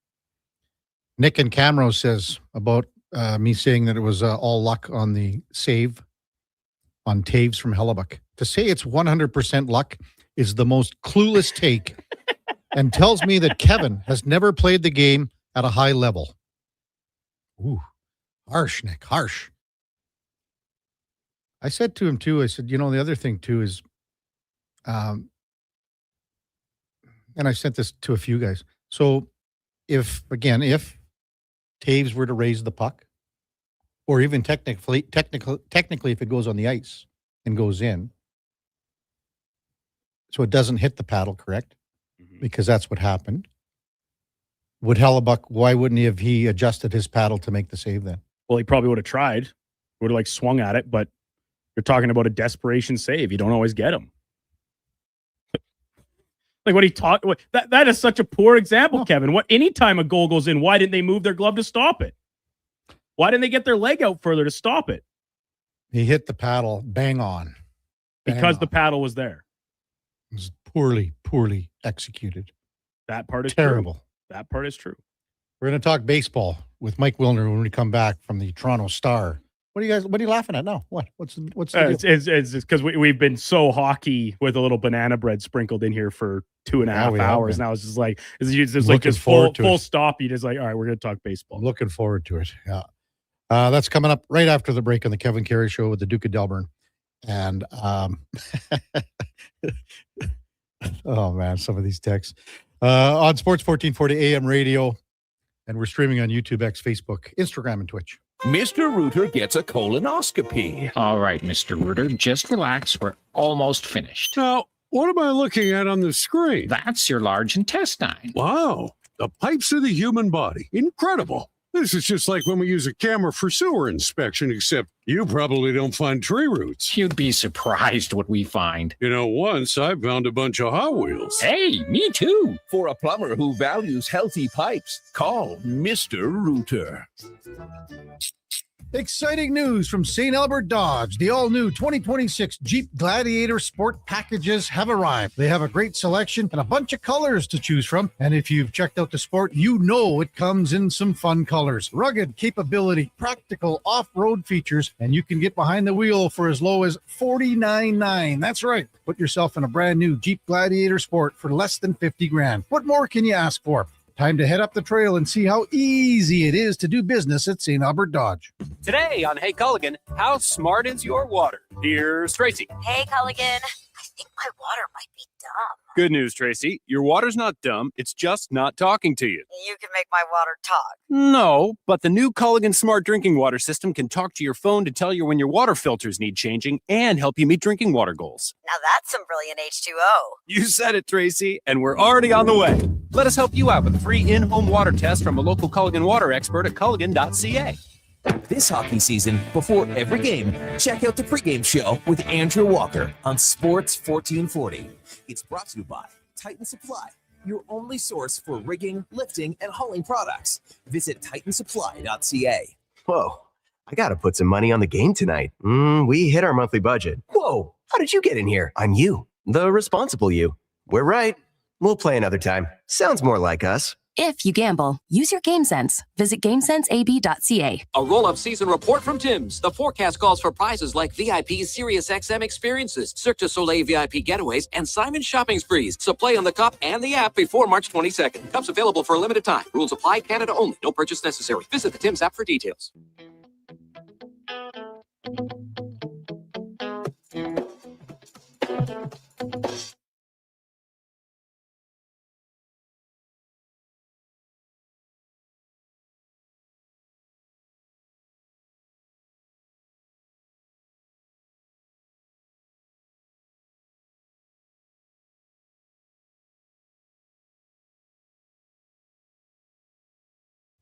Stories, guests, and insights. This is Sports 1440 and the Kevin Karius Show.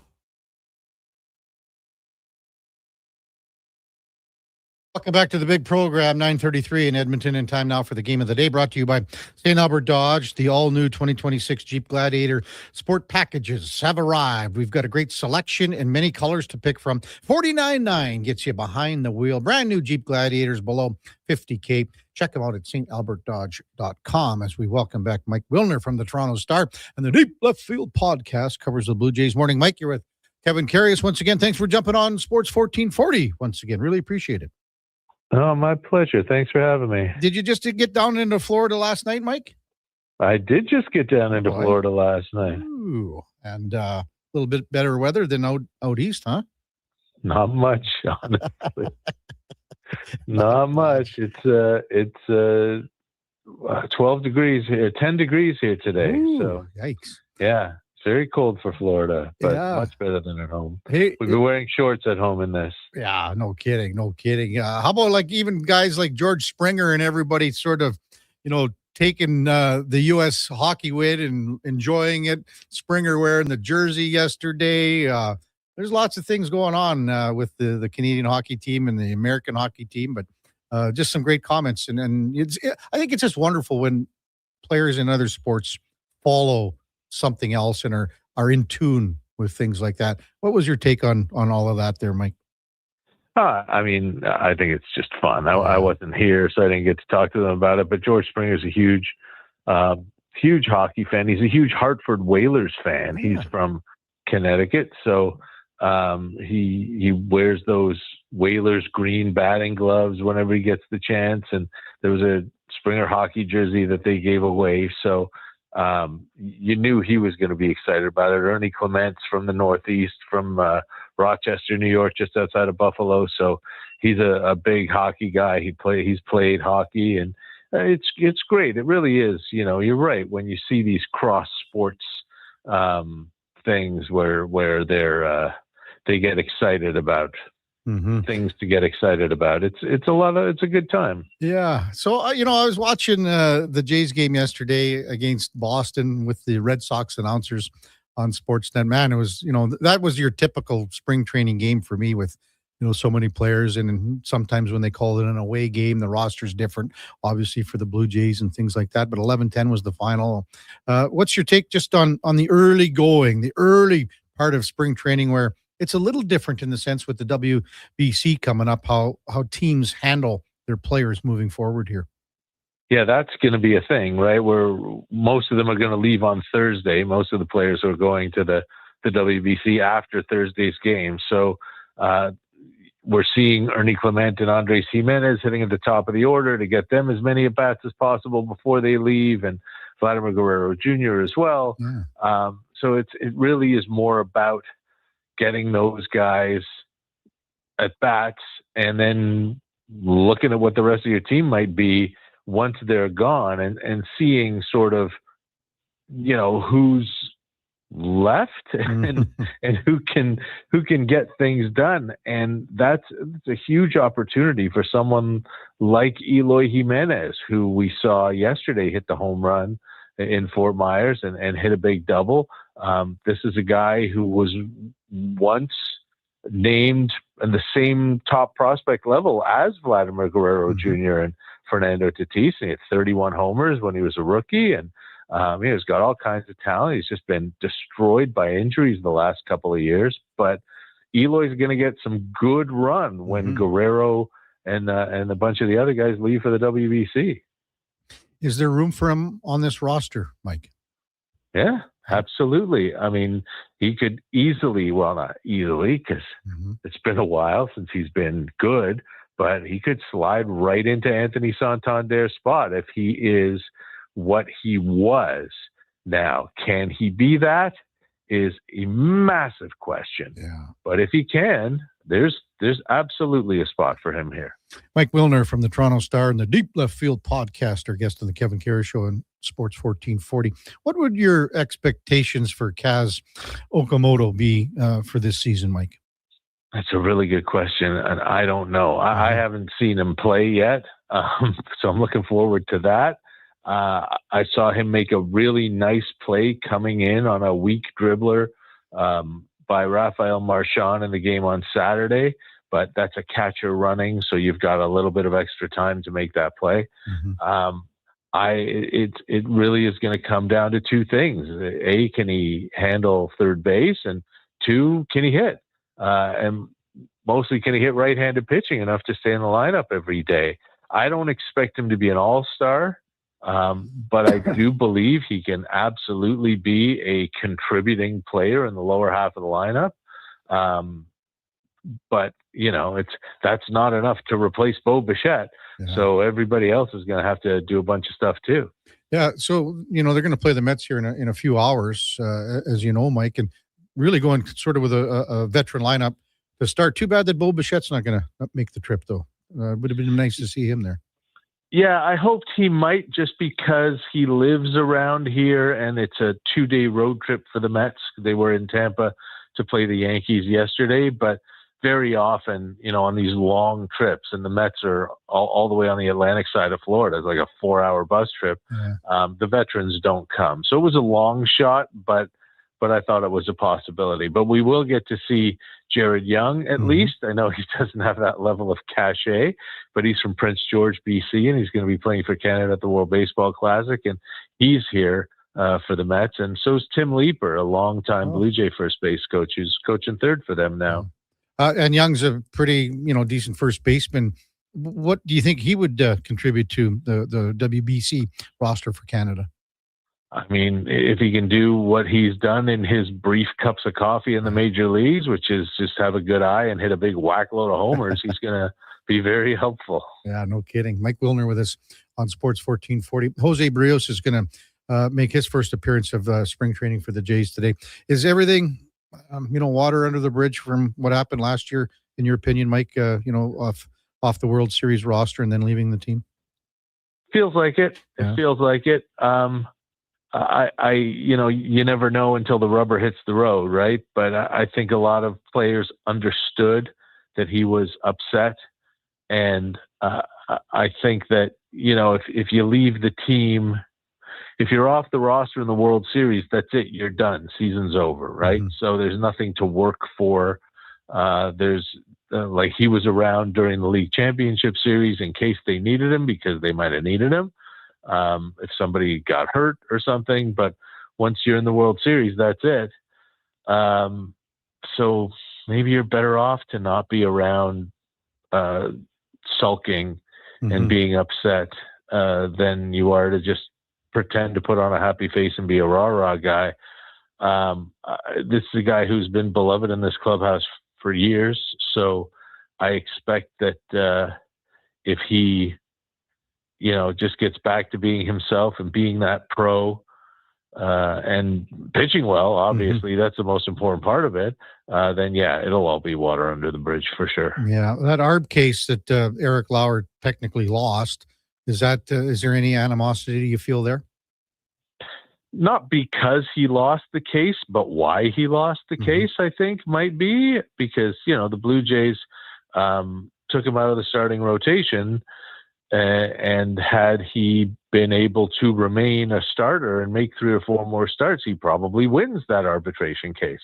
So it cost him over $1 million, that move that they made. And then, as Gregor Chisholm reported in the Toronto Star last week, Lauer had said that the Jays told him last year, look, do this. This is what we need you to do to help the team. It's what's best for everybody concerned. But next year, you do this for us now, then we'll make it up to you and you'll be a starter next year. And now he's not. So I think, as Gregor put it to me when he told me about the story that he was writing, he said he doesn't think Lauer's mad. He's just sort of that disappointed dad, right? He's, I'm not upset. I'm just disappointed. And that can be worse, right? So there's nothing. He's certainly not going to walk around the clubhouse sulking about it, because it's up to him to do the best that he can to try to make sure that he's in the rotation as much as possible, and he's helping this pitching staff as much as he can in his best interest as much as it is in the team's best interest. So it's unfortunate, and nobody likes the hurt feelings, but it's certainly going to be a motivator for Lauer to have the best year he possibly can, and then quite possibly be a motivator for Lauer to find somebody else, some other team to play for after this year. Yeah, and there was that stretch in the midseason where, he was almost one of their best starters, really, and helped them. He was. Yeah, he was so good. And that's the sad part, as you say, about it all. Mike Wilner with us on Sports 1440. Shane Bieber, Mike, what's your concern level for Shane Bieber to start the season and even moving forward here? Oh, he's not going to start the season. He is absolutely not going to be able to be healthy enough to start the season. And as far as concern, he's rehabbing Tommy John. This is what happens, right? Last year, when Bieber came to the Blue Jays, he was 16 months post Tommy John, where you're really not supposed to be yourself until you're 18 months post Tommy John. But they dropped him into this pennant race and then playoffs, and he pitched way more than anybody thought he would. So I think it's only natural that he's going to be delayed and that he's going to need a slow ramp up this spring. Mm-hmm. So I feel like once he's there and he'll be fine.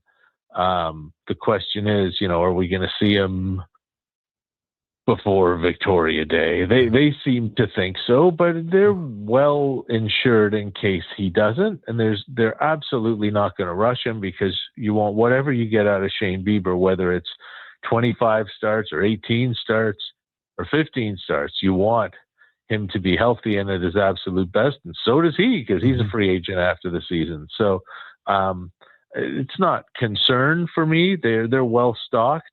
And he'll be, whenever he's ready, he'll be a tremendous addition to the rotation. Does Cody Ponce, for you, Mike, fall in the same boat as kind of your response with Kaz Okamoto, that you're just maybe not sure what to expect with him this year? No idea what to expect from him this year. And he certainly doesn't even have the track record internationally that Okamoto does. Mm-hmm. Kaz Okamoto was a 7-time All-Star, I think, maybe 9 in Japan. And he's going to be the cleanup hitter for Team Japan at the WBC. Cody Ponce had one fantastic year in Korea. And other than that, was a very, very pedestrian pitcher, both here in North America and in the Far East. So, yeah, I have no clue what to expect from him. He found a few extra ticks. Yeah. Which goes over really, really well in Japan and Korea, but less so here. So I wonder if ultimately he might not wind up being a high leverage late inning reliever, which is still great, and which opens the door potentially for Eric Lauer to go into the starting rotation. But I'm very interested to see how major league hitters handle Cody Ponce. Yeah, and do you think maybe Blue Jay fans have to temper their expectations for Trey Savage, because they were so high from his accomplishments and how he threw at the tail end of last year and into the playoffs, Mike? He's not going to go 30-0 with 500 strikeouts. That would be something. Yeah, it'd be fun. If that's what their expectations are, then they do need to be tempered. Mm-hmm. But, I mean, the truth of the matter is that pitching against the best competition possible at the most crucial time possible, Trey Savage was not only good, but he set records. Mm-hmm. He set a record against the Yankees in the ALDS and against the Dodgers in the World Series. And, a lot of it had to do with the fact that no one had ever seen him before, and people are going to get a look. And now they've got video from the World Series and from the playoffs, but it's still that arm angle is so difficult. He pitches, it's unlike anybody else. So he's got a real advantage, and the stuff is outstanding. I think that Trey Savage is going to be very, very good. I don't think it's out of the question to suggest that he's going to be the rookie of the year, but I don't know that we can expect that. Yeah. I want to see a pitching change, Mike, where Savage comes out and the next chucker that goes in is Tyler Rogers. And how you'll see that. Hey, it's going to be a lot of fun. What are we looking at? That's like about a 6-foot difference in release point? It is. But I mean, the way relievers are used today, chances are Rogers won't ever come around to someone who had just seen Savage 10 minutes before, unfortunately. Yeah. It'd be great to do it within an at-bat. Mm-hmm. Is there a point of the season where you think that Louis Varland is the closer of this team? I don't know that there's going to be a set closer on this team. Okay. I think that The way they've talked about Jeff Hoffman has been like most of the save opportunities, or if. So I do think we're going to see some changes, and I think Varland will get a few shots. I think Rogers will get a few shots. I think maybe Mason Fluharty or Brendan Little will get a few shots depending on matchups. It feels to me like this team does not have a capital C closer. Wow. Hey, Mike, as always, thanks for coming on. Really appreciate it. Enjoy your time in Florida. Are you doing, what's the coverage plan for you for the WBC? What do you do for that? The coverage plan for the WBC is there doesn't really seem to be one at the moment. I'll be watching as much as I can and pushing as much as I can to get us to talk about it as much as possible. There will be a lot of Canadian content on deep left field. Absolutely.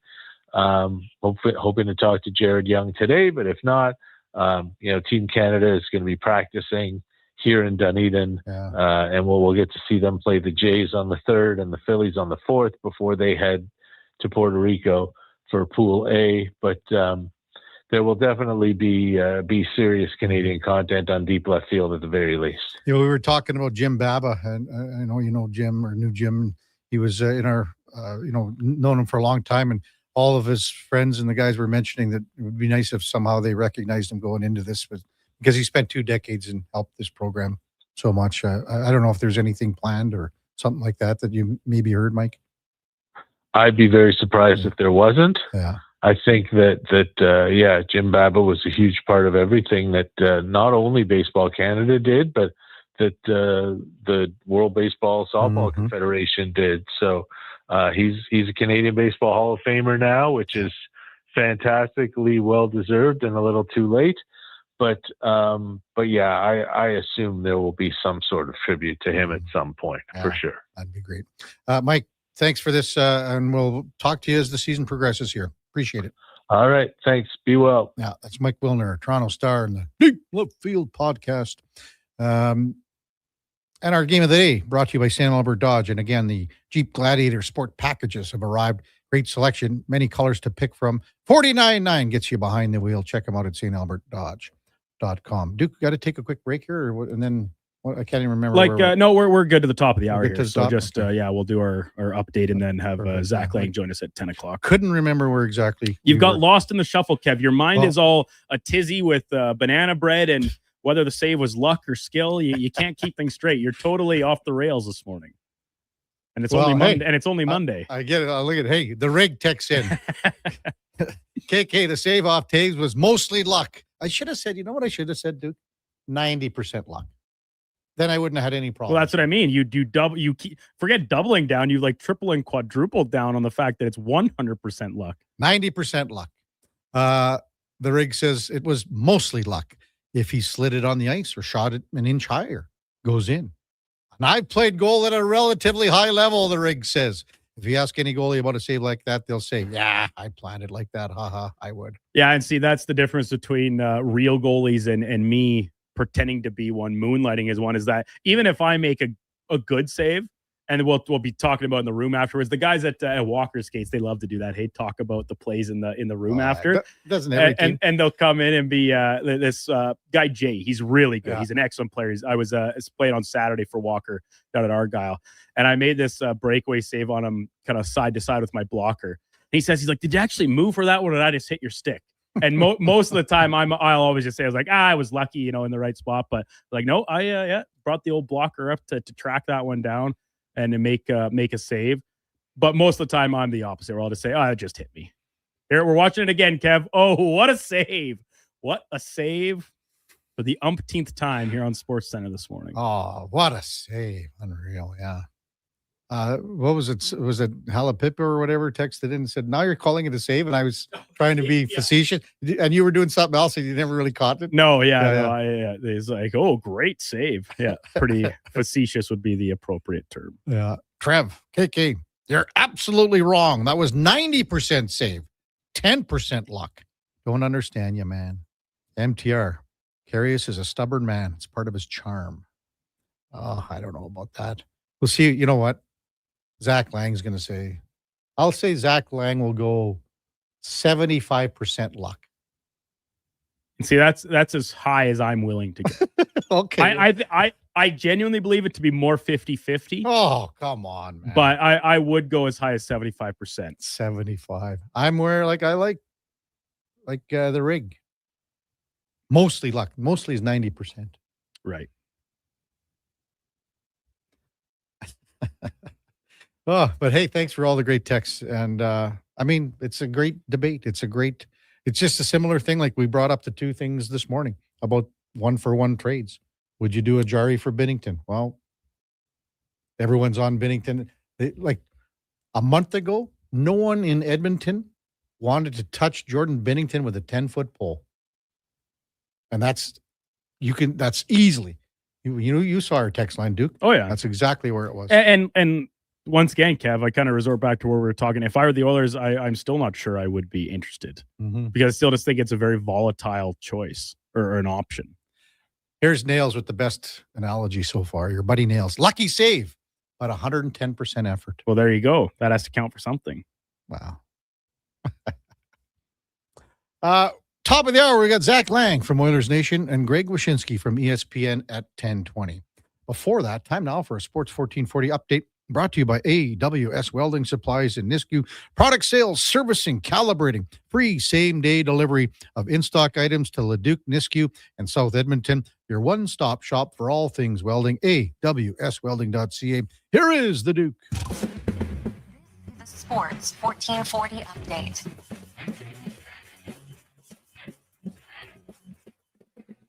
Light day on the sporting calendar. There's 3 games in the NBA tonight. The Spurs are in Detroit up against the first-place Pistons. Memphis hosting Sacramento, and Utah takes on Houston in the nightcap. Spring training south of the border continuing today. The Blue Jays at it against the Mets. That gets underway just after 11 o'clock. Elsewhere, Pirates taking on the Yankees. Twins play the Tigers. Braves up against the Orioles, and the Red Sox play the Rays. News following the conclusion of the Olympic hockey tournament yesterday. Josh Morrissey of the Winnipeg Jets expected to miss time after he was injured in the Team Canada first game of the tournament.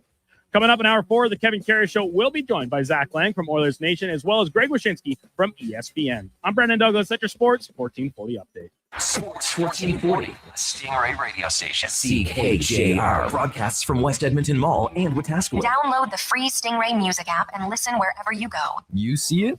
Fusion Promo Marketing can make it. Fusion makes high-quality, memorable promotional products for businesses, sports teams, and corporate events. From vision to reality, get noticed and remembered. Fusion with a Z. Promomarketing.ca. Legacy Heating and Cooling offers no payments and no interest for 1 year on your new furnace. So, when you wake up to no heat, call Legacy. Call Legacy. If you need it immediately with no overtime rates. Call Legacy.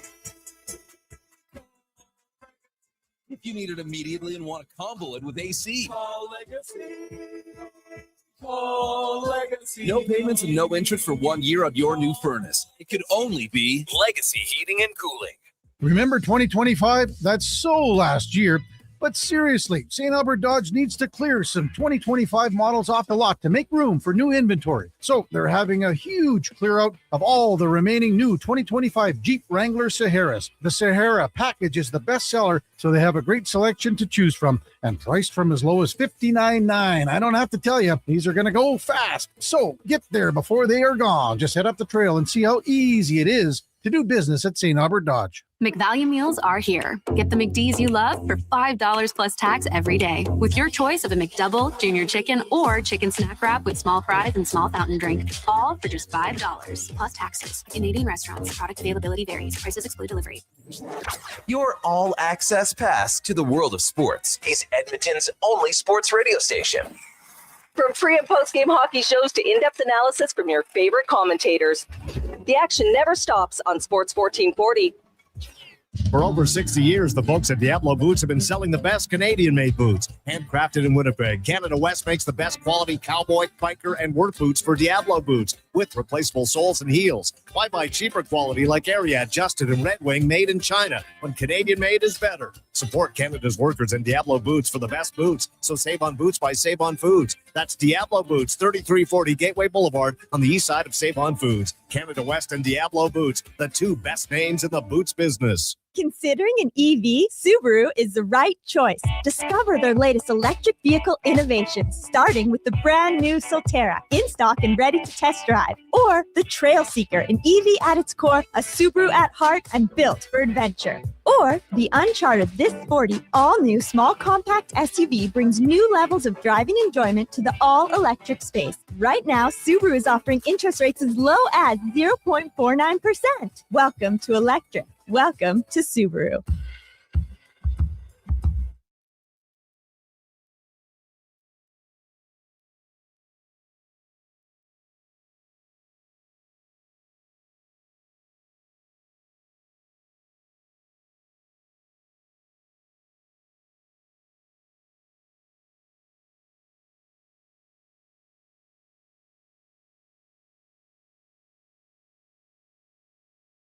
Just in time for the morning skate.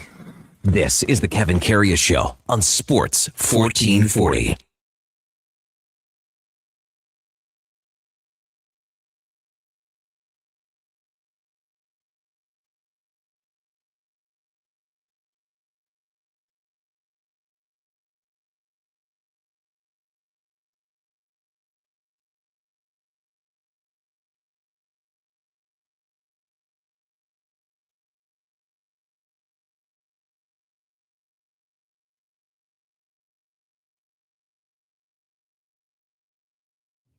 All right, welcome back to the big program, 10 o'clock in Edmonton, just awaiting the arrival of Zach Lang from Oilers Nation. Let me know when he's in the window, fellas. Just noticed, too, that in the break that Connor Hellebuck picked up an assist on the overtime winner from Jack Hughes scored. Finished the tournament with a .956 save percentage, a 118 goals against average, and 41 saves in the gold medal game.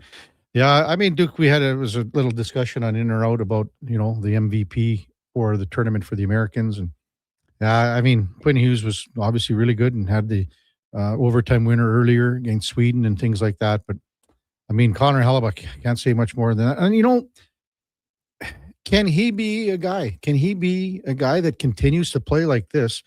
And yes, the defense in Winnipeg is not even close. And Duke mentioned in his update that they're not going to have Josh Morrissey.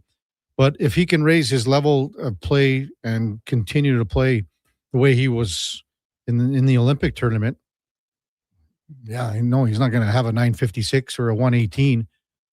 But, the Jets have some decent players where they need to go on a bit of a roll. Likely too much ground to make up, too much room between them and the final wild card spot in the Western Conference, 11 points right now. How are we making out with Zach Lang, Duke? Still just in TBD mode. I dropped him a message just to make sure he got the link that I sent earlier, but just waiting at the moment. Wanted to mention, too, about, and I never got to, we discussed it with the ABS last week. I should have fired off just a quick question regarding that with Mike Wilner that we just had on. I saw a few challenges yesterday during the Jays game. There were a few other ones in another game that I was watching. The ABS challenge report so far, and this is a small sample size because we've only had games on Friday, Saturday, and Sunday. Fielders that are challenging, 113 to 56 for batters. So fielders meaning catcher, pitcher. 33% of the challenges are batters. The fielders got 54% overturned. The batters, 48% overturned. The good thing about it, if you were watching, they're quick. You're not waiting around. I mean, we're very, very quick in the sense of the tap on the lid, or if you're the catcher, you're saying, let's go upstairs. It's not a big delay. It's not taking away any momentum from the game. So that's the good thing. Text line 833-401-1440. Matt and Leduc says, did you guys see the tracking machines? I think that's what he's trying to type in here. Got so much attention last year's that don't work for the two Jays pitchers because it can't do the extreme arm angles. I don't think I did see this, but I did see the two of them, Rogers and Yasavage, back to back on video. They kind of combined the two videos of them on the mound from their start of their wind up to basically the release point of the baseball. And that's the one that I did see, Matt. So I'm not sure if that's similar to what this machine does. But I mean, we're talking like, I don't think anyone has a higher release point than Savage. And I don't know if there's anyone that has a higher or lower release point than Rogers. So it is unbelievable. That's why I asked Mike, could you imagine going back to back like in an inning, you're going to see Savage and then Rogers come in? That would be insane. 833-401-1440. Rob texted, as good as Connor McDavid is in 3-3, should not try to beat three guys. Got to play as a team. Disagree, Rob. Sorry. I mean, I appreciate your point of view on it. Disagree. This is, again, a guy, he's the best player in the world trying to make something happen. I mean, Mitch Marner did the same exact thing, did he not? Against the Czechs, scored in overtime because of how they played it. McDavid, what did he do? He fanned on a shooting attempt. Everything's fine, Everything is fine after the turnover on possession. What's not fine is how the three Canadians played the puck on that play in all areas and how they came back on the back check. I mean, Cale Makar goes into pinch. If he gets a touch on that, man, we're looking almost basically a 2-on-0 going the other way. Then you've got, the puck gets into the Canadian zone and it's Nathan McKinnon. Like everyone thought on the ice, and that's how the play was developing. I don't even think just the Canadian two guys in McDavid and Makar. I think everyone on the ice assumed that McKinnon was going to get to that puck, just to the left of Jordan Binnington. And there was that just slight hesitation, a slight delay. And then at that point, the puck battle's lost. Werenski has it. And the Canadians are obviously in a world of deep hurt, massive trouble, deep trouble. And literally 1 second later, pass from Werenski over to Jack Hughes, and the puck's in the back of the net. Man, just looking at all the chances again. We've had the highlights on and reruns and the loop going all morning long for the last 3 hours. And basically we've seen it 20 times this morning. All the opportunities lost, the missed opportunities on Taves, on McKinnon, the breakaways with McDavid and Celebrini and all the other fabulous chances. And the Americans had some decent looks too. I mean, Brady could chuck in tight on that 4-minute power play. Just kind of trying to shovel it past Binnington, who makes a pad save. In overtime, Quinn Hughes, before the rush, that was like 15, 20 seconds into overtime. Great glove save, sliding across on the Quinn Hughes one-timer. All luck. Greater Man Jay texts in. Oh, boys, heartbroken if you ask me. Hellebuck won that gold medal game. Shouldn't have even went to overtime. Couple missed opportunities, breakaways, McKinnon, goal post. I don't even think McKinnon hit the outside of the post. Don't like the fact that they do 3-on-3 in overtime for the gold medal. That's been stated in a lot like between players, management, coaches, broadcasters. I'm going 20 minutes of 5-on-5. And if it's not settled by then I'm going 3-on-3 the rest of the way till it's settled. At least you had a period of 5-on-5. And there's nothing going on after this game. I mean, in regulation, in quarterfinals, and even semifinals for that matter, I get where they have to continue on. Especially, what are you going to do if they play 5-on-5 forever in a semifinal game? No. But in the gold medal game, I would love to see 5-on-5 for 20 minutes and then go to 3-on-3. The other thing too is, and talked about it earlier, was 4-on-4 in 2010. 4-on-4. That's what the rules were back then. And Sid Crosby scored the golden goal from Jerome McGinley. MTR, it's a game of inches, boys. Nails Texan should be 10 minutes 5-on-5, 5 minutes 4-on-4, then a shootout. See, I don't know about a shootout, Nails. I would never like to see a shootout decided in a gold medal game. Big Rig, I think a healthy McKinnon gets there. He was a hurting unit. Well, we know he wasn't at 100%. Maybe he was sick. Maybe he was ill. Man, are we going to see guys here that played their asses off, for 2 weeks here and come back to their respective teams and try to gut it out and then go on a long playoff run? Oh, man. Aaron says the tournament play is completely different. It's a one-game situation. We lost the game, but the score was flattering. Canada dominated. Obviously, Hellebuck stole the game. Rayner says McKinnon hesitating instead of getting to the puck. On Canada Rice, any news on McDavid's hand or Draisaitl's hand? No, and we'll never hear anything about it. We'll have to see. I wonder if Leon Draisaitl got back to Edmonton at all, or did he just go straight to California? Oilers are on their way today. Furballs. Anyone remember at the start of the NHL season when Evan Bouchard would give up on the back check and we'd all go crazy? What the hell was McCarr doing on the first goal by Boldy? Peels off to the corner, stops skating. It was both guys. And again, that's a 1-on-2. It's just, that is common defensive play. If it's 1-on-2, I got the puck, I got the man, figure it out. And I know what Boldy was trying to do, the little flip, did it a couple times, got by them. Should have never happened. Greater Man Jay, any update on Sid the Kid? No, nothing that I've seen. Duke, have you've just seen on Morrissey, right? Yeah, just and the only thing on Morrissey is essentially pretty cookie cutter, that he's not gonna be suiting up for the Jets day one back here. And Connor and I talked about this a little bit yesterday on the maybe post game updates from Crosby. I have to think there won't be anything until he returns to Pittsburgh and gets fully checked out and evaluated by their own staff. Yeah. I would guess. Connor Hellebuck, again, was outstanding in this tournament. So if they're calling this, if he's won, he's obviously won a big one. This is a big one. He'd never been able to perform well in the playoffs before for the Winnipeg Jets. And we've seen that after having, incredible regular seasons where, he's a Hart Trophy winner and a Vezina Trophy winner. Do you think that he can take this? And it's just too bad the Jets are so far back right now. Right. And no Morrissey too.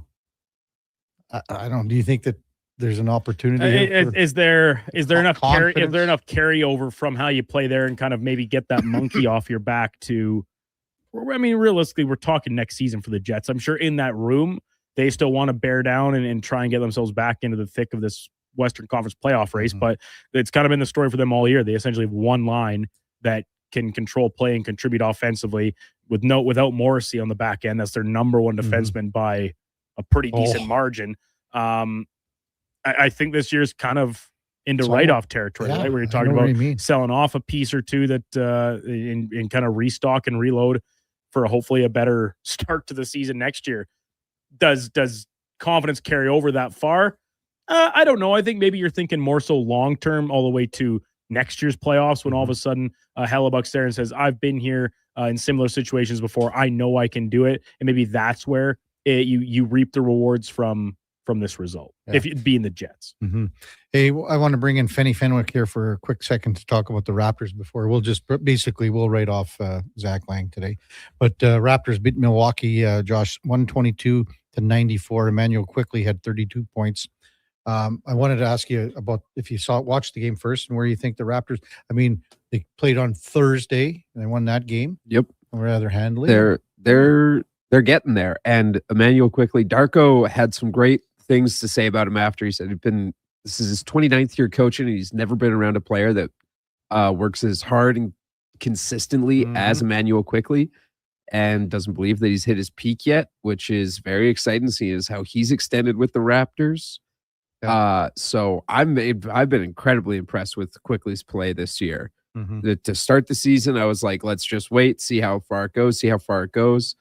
And now, he's a bona fide player on this team and a huge reason for their success. So I'm blown away by the play of Emmanuel Quickly as a scorer and as a blossoming playmaker as well. Raptors, so second win in a row here coming out of the break. They're 34-23. They're 9 games out of first place. Maybe they can get to me. I don't, with what Cleveland did, I don't know if they can catch Cleveland here. they're almost sitting where they might end up right here in the 5-hole. Is that? I think so. I don't. Well, they're a game and a half back of Cleveland, right? Yeah, but I think the Knicks have an opportunity to fall down, even though they had an 18-point comeback against the Rockets the other day. I can see a world where the Knicks sort of fall out of their 3 spot and the Cavs move up. I don't see that. I see the Raptors staying at 5. But yeah, that's probably more likely. But yeah.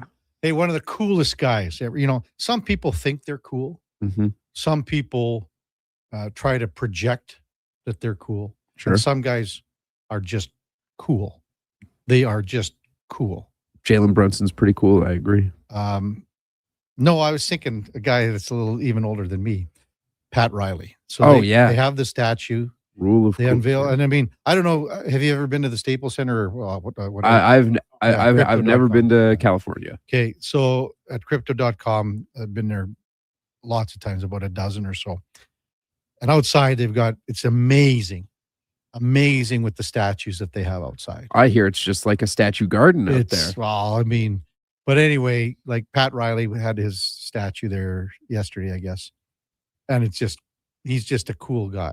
Like he gets asked, like, what do they say? What do you think about what the coaches wear? And he's like, said it's sad that they don't wear suits and ties anymore. And then, I saw a tweet of him back in the 80s when he was wearing all those suits and stuff. I was like, man, Pat Riley, did he ever look good?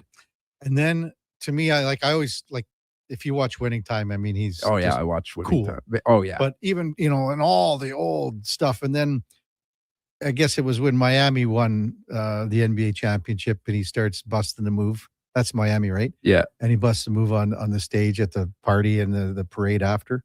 Yep. Like, again, that's just another level. Cool. He's just a cool guy. Like if talking about guys you like would want to have dinner with, Pat Riley for me is definitely like way up there. And another just like cool thing about him is he's just a winner. Man. I agree with you. Have a beer, have dinner, have whatever with, and just, you might not even talk about basketball, but you could talk about a million other things. And you'd be just absolutely blown away by it.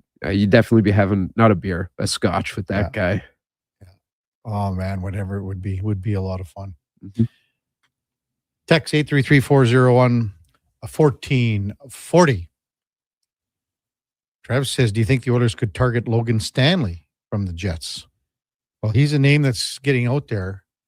There's no denying that because of where the Winnipeg Jets are in the Western Conference standings. Big guy, obviously 6'7". He's 235, 40 pounds. His contract is, I mean, you can't ask for anything better. He's at 1.25. He's a UFA next year. He'll be looking for bigger dough next year for sure. I'm sure he's on the radar for a lot of teams. For the Oilers, the only thing that is, and it's not a negative, but he's a left-hand shot. And they're more looking for a right-hand shot moving forward here. But good point and good text. Appreciate that one from Trev. So we'll try to reschedule Zach Lang for another day or something. Yeah, he just got back to me when you were chatting with Josh. So he said he had a kind of an emergency come up, so we're going to try and reschedule for tomorrow. Whenever. Yeah, that sounds good. When we come back, Greg Wyshynski from ESPN. That's on the Kevin Carey Show. Right after the break.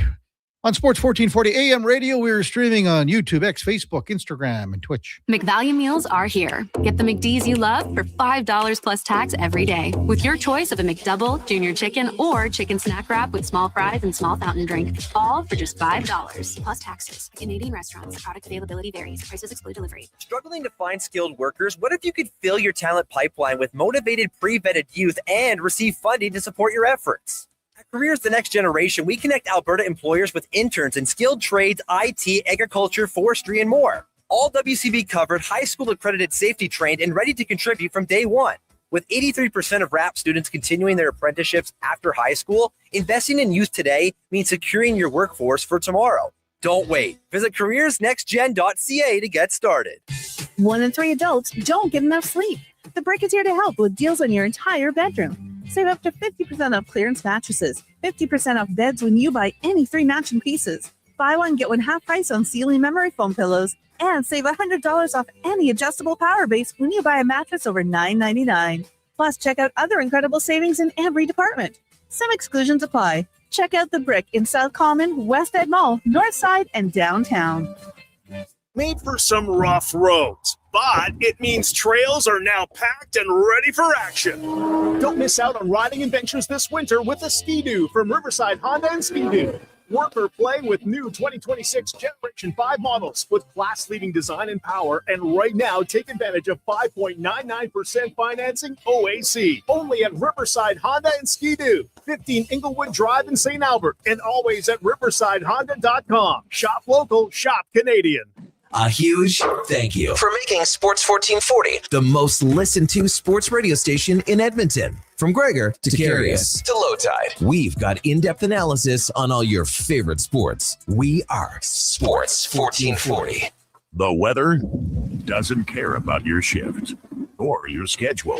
Carhartt Rain Defender sweatshirts let you battle back against the ever-changing elements. Carhartt's durable water-repellent technology lets light rain beat up and roll right off. Layer up and stay on the job longer without getting drenched.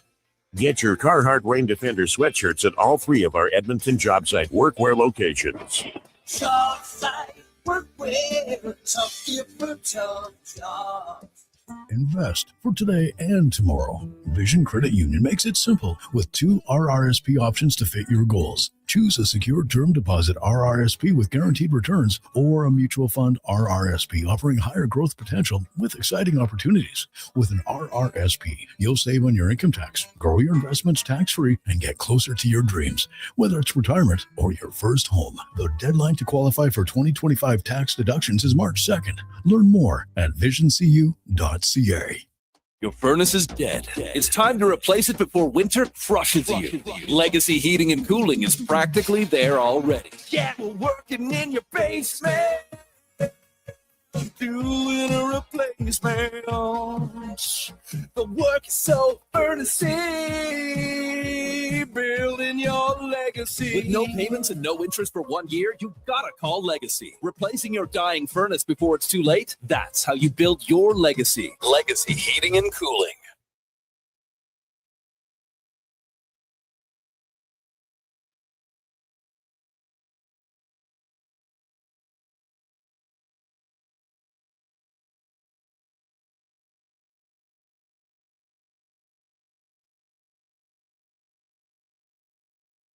Stories, guests, and insights. This is Sports 1440 and the Kevin Karius Show.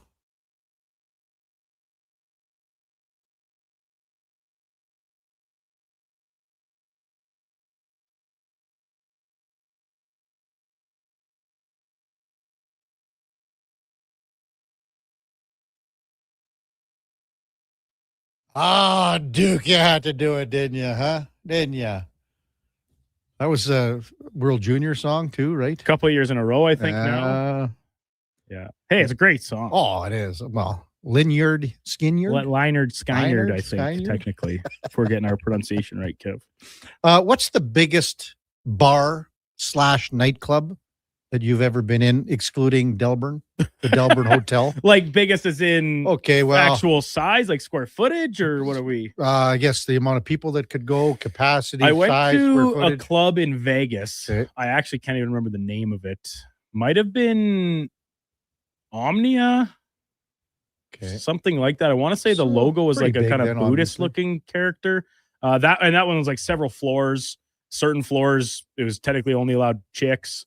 But we like, the only reason we got in because we'd like met this bachelorette party at a bar previous, and they like drug us along with them. They got us onto the girls' floor, which was pretty cool. Wow. I mean, So- Cook County's very big.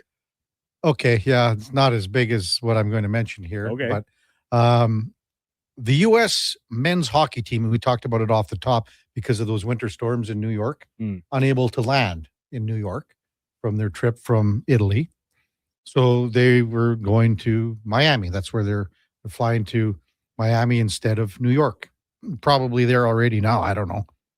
But there is an event tonight at 11 Miami is the bar, and it's a franchise in the States called 11. That's the name of the bar.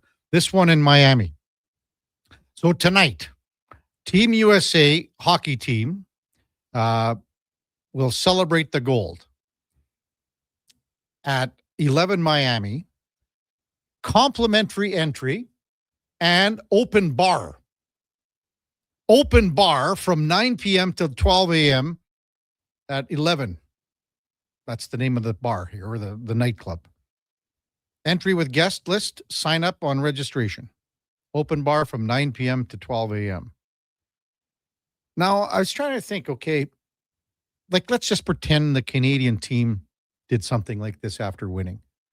Where, like, would you have to have it in, like, Rogers Center in Toronto, like it somewhere where you could have 50,000 people? The capacity of this place is 1,000 people.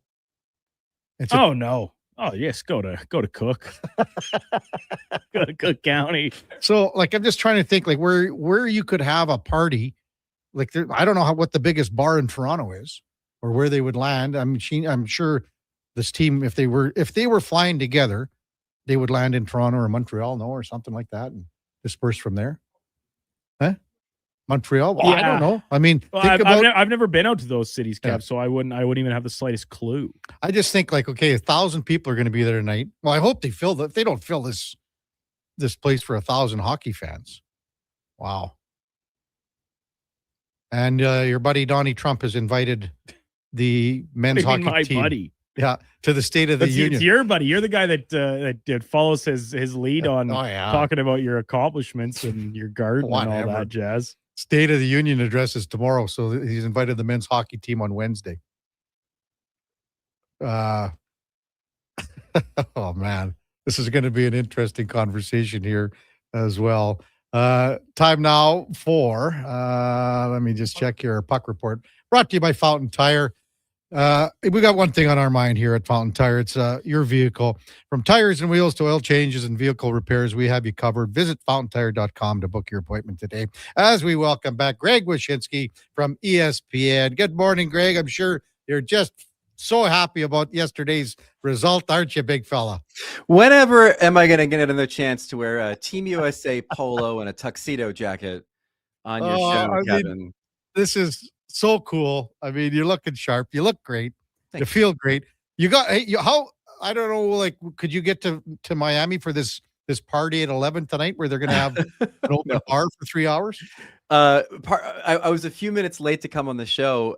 I don't know if you've heard, but we've had a pretty spectacular blizzard in New York City.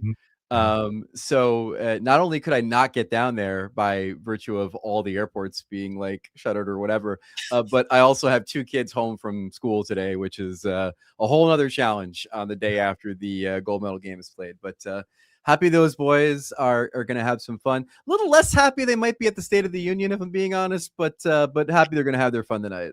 Oh, just an incredible game. I mean, it's one of those where someone has to win, someone has to lose. And I'm sure, Greg, you've watched, tons and tons of hockey, and Canada had so many opportunities, but it was maybe just the Americans' time to come up with a win here. Just an overall thought on what you saw yesterday morning. Well, I had been anticipating these Olympics for a very long time. I was very young when the miracle happened. And then for the next couple decades of my life, I watched them try to make players and create teams that were kind of in the vein of the Miracle on Ice. Like I like to call it red, white, and blue pilled, because they weren't really trying to build a team that looked like Canada. They tried to build a team that could beat Canada. And then I think it probably started with Patrick Kane, this generation of maybe smaller guys that are incredibly offensively skilled. And then the pipeline kind of opened, and all of a sudden, Jack Hughes is from Florida, and Austin Matthews is from Arizona. It's not just kids from Massachusetts and Minnesota playing this game.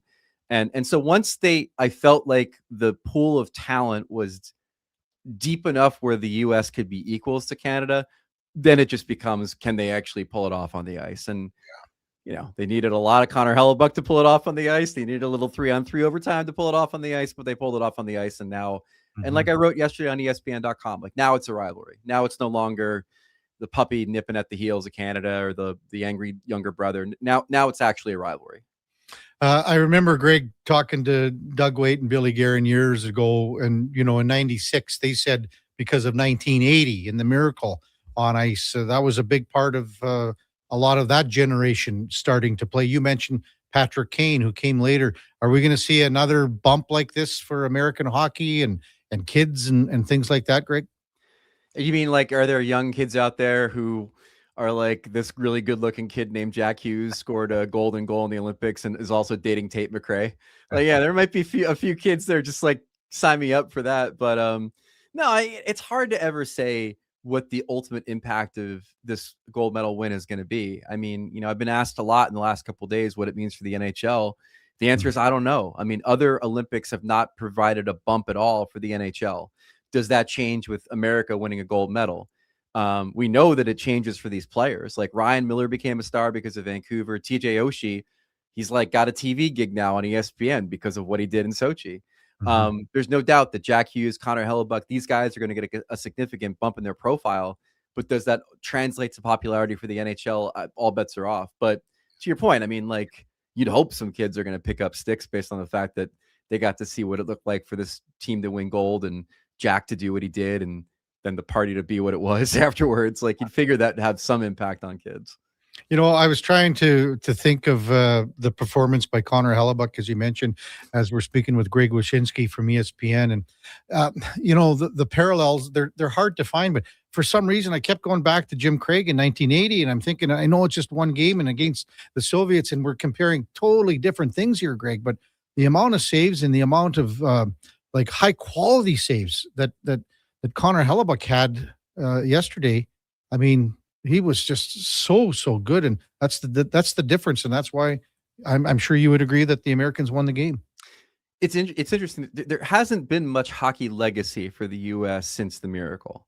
The one thing that they've had is goaltending. Like, whether it's Jim Craig, Mike Richter in the World Cup in the 90s, Ryan Miller in Vancouver, Jonathan Quick against the Russians in Sochi. Like, they've always had goaltending. Now, it's never been as good as this, as far as what Hellebuck did in the gold medal game. I know that there's a lot of we got goalied out there for Canada, and that's a nice crutch to have at the end of the day. But I kind of feel like the total team effort defensively is getting a bit of a bit overlooked because he did have 41 saves. I mean, it is still the defense core of the United States not allowing Canada to spend 2 minutes in the zone. It's the penalty kill more than anything else. I mean, Canada had a 5-on-3 in the second period with that talent. That's insane that they didn't convert. And Hellebuck obviously was a big reason there. So listen, did he carry them to gold? You could certainly say that, and I'm not going to have any problem with it. It's, the evidence is what it is, but I do think that it sort of overlooks the totality of the team effort that the Americans had. It wasn't some random Latvian goalie stopping 70 shots. It was a pretty good team in front of him too. Yeah. ESPN's Greg Wyshynski with us on the Kevin Carey Show here on Sports 1440. Where were you, Greg? Because I'm sure you were on before, and I just can't remember if I asked you the question about the roster construction from the U.S. Like, did you think, were you on the side, well, man, there's 2-3 guys that are off this roster that should be on? And where are you at with that now, I guess? I'm confused on it. I'll be honest with you, because listen, I know that there's a lot of Bill Guerin was right articles being written, and you could certainly make that case that if it's not for JT Miller and Vincent Trocheck and some of the grunts they had down the lineup, killing penalties and making the plays that they made, that this never happens. And that's definitely, a hard argument for me to counter as a guy who didn't love the roster construction. I will also note that there was only one goal scored in that game until they got to the 3-on-3. And so maybe someone like me who's like, could they use Cole Caulfield? Could they use Lane Hudson? Could they use Jason Robertson? Might also have a case. I will say that it was a relief to not see them play the way they played against Sweden in the third period and the way they played Canada in previous best on best tournaments where they just went into a shell. I thought there was a little bit of counterpunch. I thought Bennington was good for Canada. It's interesting that in the aftermath of a gold medal loss, there isn't a ton of discussion about, like, was it Bennington's fault? And you'd kind of figured that'd be the case if they lost in the gold medal game. But yeah, I'm probably wrong on the roster construction argument, but I still will say that this team could have maybe used some more offensive punch in the tournament. Well, I'll tell you what, Greg, I mean, and you mentioned the two guys, and they were probably in Trocheck and JT Miller. Is it safe to say those were the two guys that maybe sports writers, commentators, journalists sportscasters thought that shouldn't be on the team, and some of the players like Robertson that you mentioned should have been on? Easily. Yeah. I mean, the way that a lot of us saw it was, okay, we finally have the offensive talent in the system and on this team to flex and to take the game to Canada. And I think the Americans saw it, and again, they won gold, so you can't fault Guerin or Bill Zito or Tom Fitzgerald or any of the guys that made this roster. Felt that they needed some grunts to do the grunt work, because trying to make a star player do the grunt work isn't gonna happen. Could you make the argument that some of the better players on the roster could have killed the penalties too? Sure, why not? But there's no quibbling with the fact that the roster they built won the gold medal. How they won it, you could parse out whether there should be other players on the team that may have made it easier. But they got the job done. What do you make of Austin Matthews in the tournament, Greg, and what this does to him as a player, winning an Olympic gold medal moving forward? Well, first off, he should sign the Hughes brothers as his agent. Yeah. I mean, like they did a heck of a job putting him over in that press conference yesterday. PR, yeah, right. PR. Yeah, PR, exactly, right. Look, I think for Austin, he didn't have an offensive impact on the game, really. But he played an outstanding defensive game. It kind of felt like he was trying to win the Selke in that game. And his line with Gensel and Boldy never really took off. I mean, Boldy scores that goal, but that was just kind of an individual effort on his part, in the way that the Hughes, Larkin, Thompson line and the Eichel and the Kachuk's line really took off. But I thought he was fine. And, there's going to always be chatter about the best goal scorer in this generation of Americans not scoring more goals in the rounds where it mattered. But yeah, I had no problem with the way he played. Yeah. We were talking about it earlier. Just it's a real cool angle with 60 and 80 and 2026 with the Christians, the grandfather, the son in 80, and then Brock Nelson, the grandson. That can't be. There's not a cooler story angle than that, is there, Greg? It's weird to look at a guy who looks like Brock Nelson and think of him as a grandson. He feels like he should have a grandson. Yeah, no, that's a great through line. There was a lot of that stuff too. I mean, the stuff that's kind of off the ice, the stuff that NBC here in the States really excels at telling those stories. I mean, the Brock Nelson story was one of them. I think the Johnny Gaudreau story by the end of the tournament really became a prominent one for the U.S. and the way that his family was bought into it, his jersey hanging in the locker room, all that stuff was really heartfelt. And I actually think that it's symbolic too. You think about the kind of players that won gold for the United States, Jack Hughes and others. Like Johnny Hockey was the personification of that. Kind of smaller guy, insanely skilled, went through the college, went through the national development program. The fact that his legacy was honored in such an important moment for USA Hockey, I thought was only appropriate. Yeah, maybe expand on that a little bit, Greg, because, obviously we're watching the CBC feed up here, and yes, it was mentioned and they talked about it and, the kids coming out, but maybe just from, American television and NBC and Kenny Albert and everything like that, maybe just give us a little of your perspective on how that was handled there. Oh, yeah. I mean, they bought his jersey on the ice. They bought his kids on the ice. His family had been around the team throughout the tournament. It's not anything new. Like they hung his jersey in the locker room stall and at Worlds and in other tournaments as well. So his legacy, his spirit, his remembrance was part of this team in a very big way. And one of the guys on that roster who certainly kept his memory alive and was one of his best friends was Zach Werenski, who was his teammate on the Columbus Blue Jackets. And it's hard not to think about Johnny in the context of Werenski making the most important play that led to Hughes' goal in the 3-on-3, which was taking the puck and bumping McKinnon off the puck to then feed it over to Hughes for the goal. So it is sort of a poetic way for it all to tie together, where one of Johnny's best friends makes a significant play, and then obviously Johnny's legacy is celebrated during the big team celebration at the end. ESPN's Greg Wyshynski with us on the Kevin Carey Show on Sports 1440. Have you got a player or two in mind off the American roster that's going to have a little bump here in the post-Olympic break for their club teams? We were talking about Connor Hellebuck, but with Josh Morrissey out, and they're just so far out of it. Anyone else come to mind for you, Greg? Yeah, I mean, as a Devils fan, I hope Jack Hughes. They really need to get their asses in gear. They're well out of the playoffs right now. So I mean, it'd be great if he carried over some of that magic from the Olympics to to the NHL. But I don't know. I'm more concerned about the guys who didn't play. I mean, you think about Sid. Obviously, we didn't really talk much about him. I think if there's one huge caveat for this American victory and one huge asterisk that a Canadian fan could put on it, it's Crosby not playing. Like, do they convert one of those power plays with him? Do they have a center that doesn't go, lose 6 of 7 faceoffs like Suzuki did if Sid's in there? Of course not. Suzuki's playing in his spot. I wonder if he can't go in a gold medal game, he's hurt. And I wonder what that means for the Penguins going forward. Obviously, you look at Tampa, Point doesn't go, Cirelli doesn't go, Hedman gets hurt in warm-ups for Sweden. There's a lot of teams with a lot of guys that are banged up. LA being probably the most prominent one, where all of a sudden they've got Kevin Fiala's cap space to work with before the trade deadline. So it's more about the ones who took some battle damage in the Olympics and the ones who found glory that I'm more concerned about. Yeah. Hey, one last one, just with the Central and Colorado. It's not like they have a commanding lead here on Minnesota or Dallas for that matter. And they had a lot of players as well, and it had a great start. Do you think there's a chance that Colorado doesn't win the Central Division here?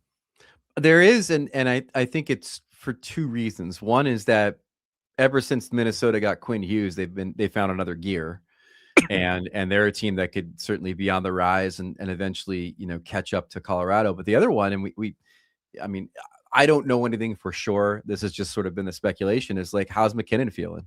He was banged up earlier in the tournament. We know that. He didn't look like himself at times in later in the tournament, including missing an open net rather in the game against the United States. So does he need a break? Does he need a little bit of a breather? Does he come out of the lineup for a little bit? And if that happens, what happens to the Avalanche?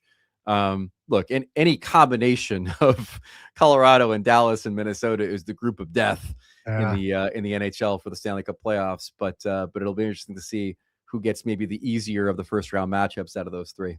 Oh, it's going to be a wild race to the finish, and it's going to be tough for a lot of these teams and players, as you can imagine, Craig. As always, thanks for coming on. Enjoy the double gold, the women's too. I'm sure that's getting a lot of play. You got to be pretty happy as an American hockey fan for sure. It was pretty cool. And to everybody who followed me on Twitter during the Olympics, just let it be known it's all good fun. We're all having fun here. Yeah. It used to be a lot more fun before politics and tariffs and things like that, but we're all having fun here. And I'm just happy that the tournament was as fun and cool as we thought it would be. Yeah. Oh, no question. Thanks, Greg. We'll talk soon. Have a good one. Take care, man. Yeah. Greg Wyshynski from ESPN covers the NHL. That's the Puck Report, brought to you by Fountain Tire. And again, we got one thing on your mind, and it is your vehicle. We've also got that digital vehicle report. Check them out at fountaintire.com. Book your appointment today. Text line 833-401-1440. Quite a few coming in. Well, how about iron? Oh, come on now. You do not have to pump the tires of the U.S. and their hockey. They do it enough.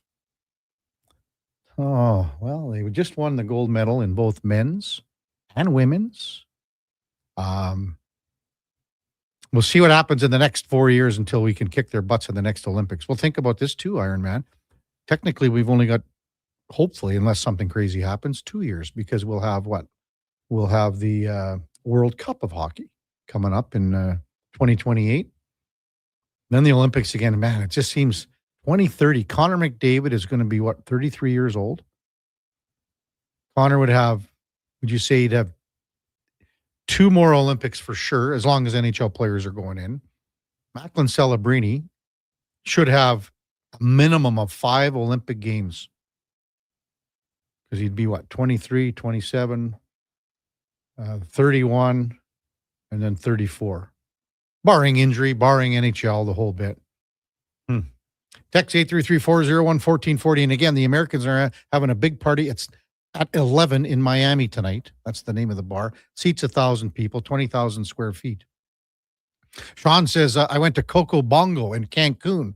Place was like the old Rexall, but as a giant club. I've been in there, Sean, and it's wild. Coco Bongo. I don't think it's around anymore.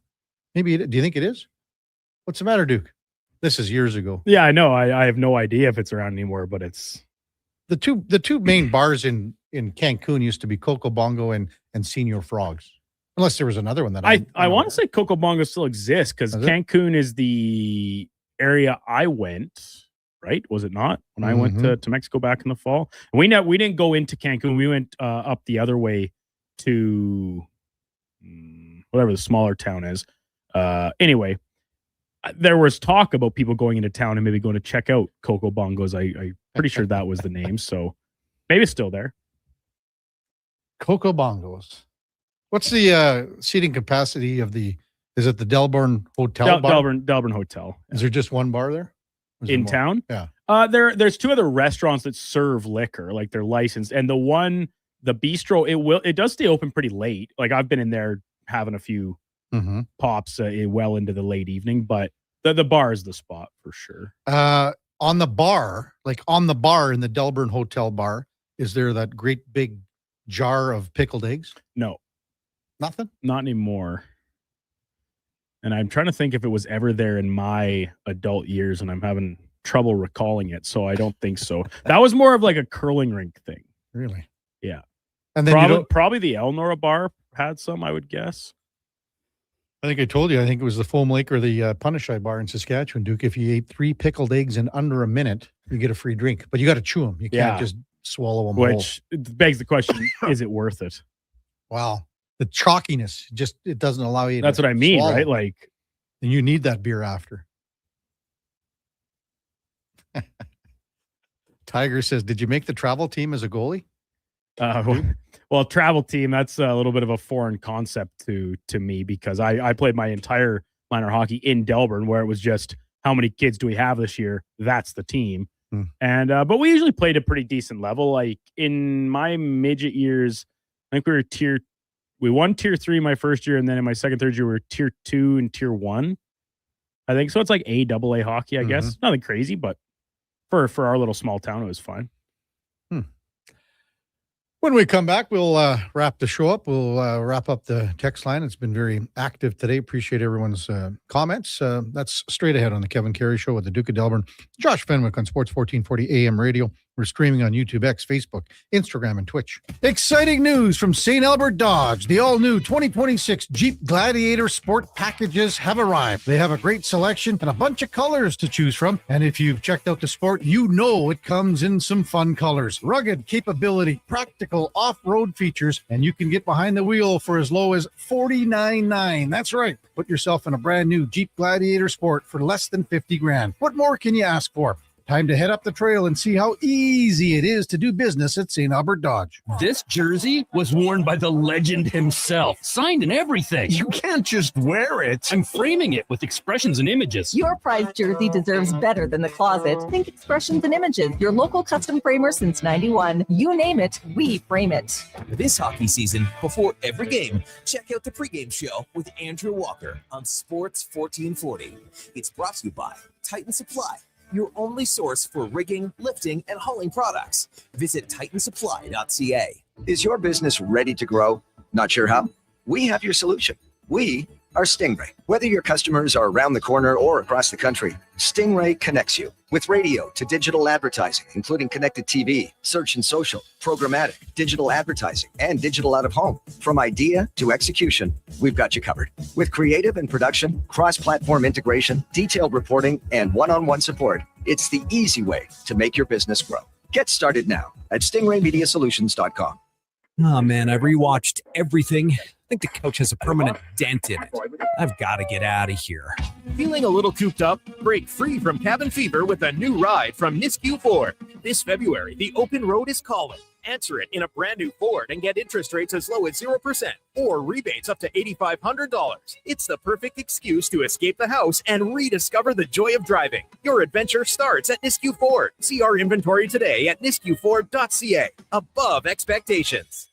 As players get ready to represent Canada, the regular hockey season takes a break. But don't forget about your winter breaks, BRAKES. At Napa Auto Parts, you'll find gold medal level stopping power and all your other world-class automotive parts and needs, like podium-worthy Napa Gold filters. Napa Auto Parts is here to support your commute, your drive to the rink, and eventually your own gold medal moment. With close to 600 locations throughout the country and over 85 in Alberta, stop into your local Napa store today. Let's go, Canada! That's Napa know-how.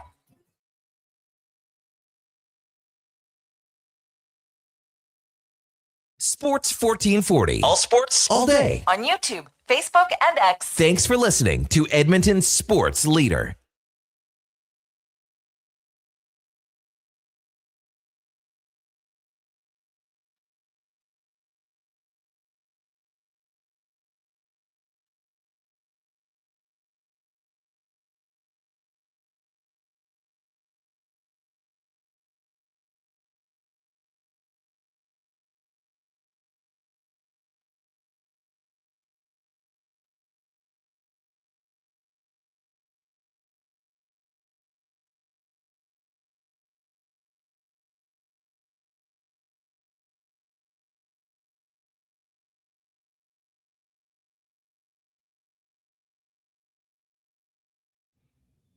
All right, welcome back to the big program, 1049 in Edmonton, as we wrap up the Kevin Karius show with the Duke of Delburne and Josh Fenwick. So the American team will have the shaker tonight, Duke, in Florida, in Miami.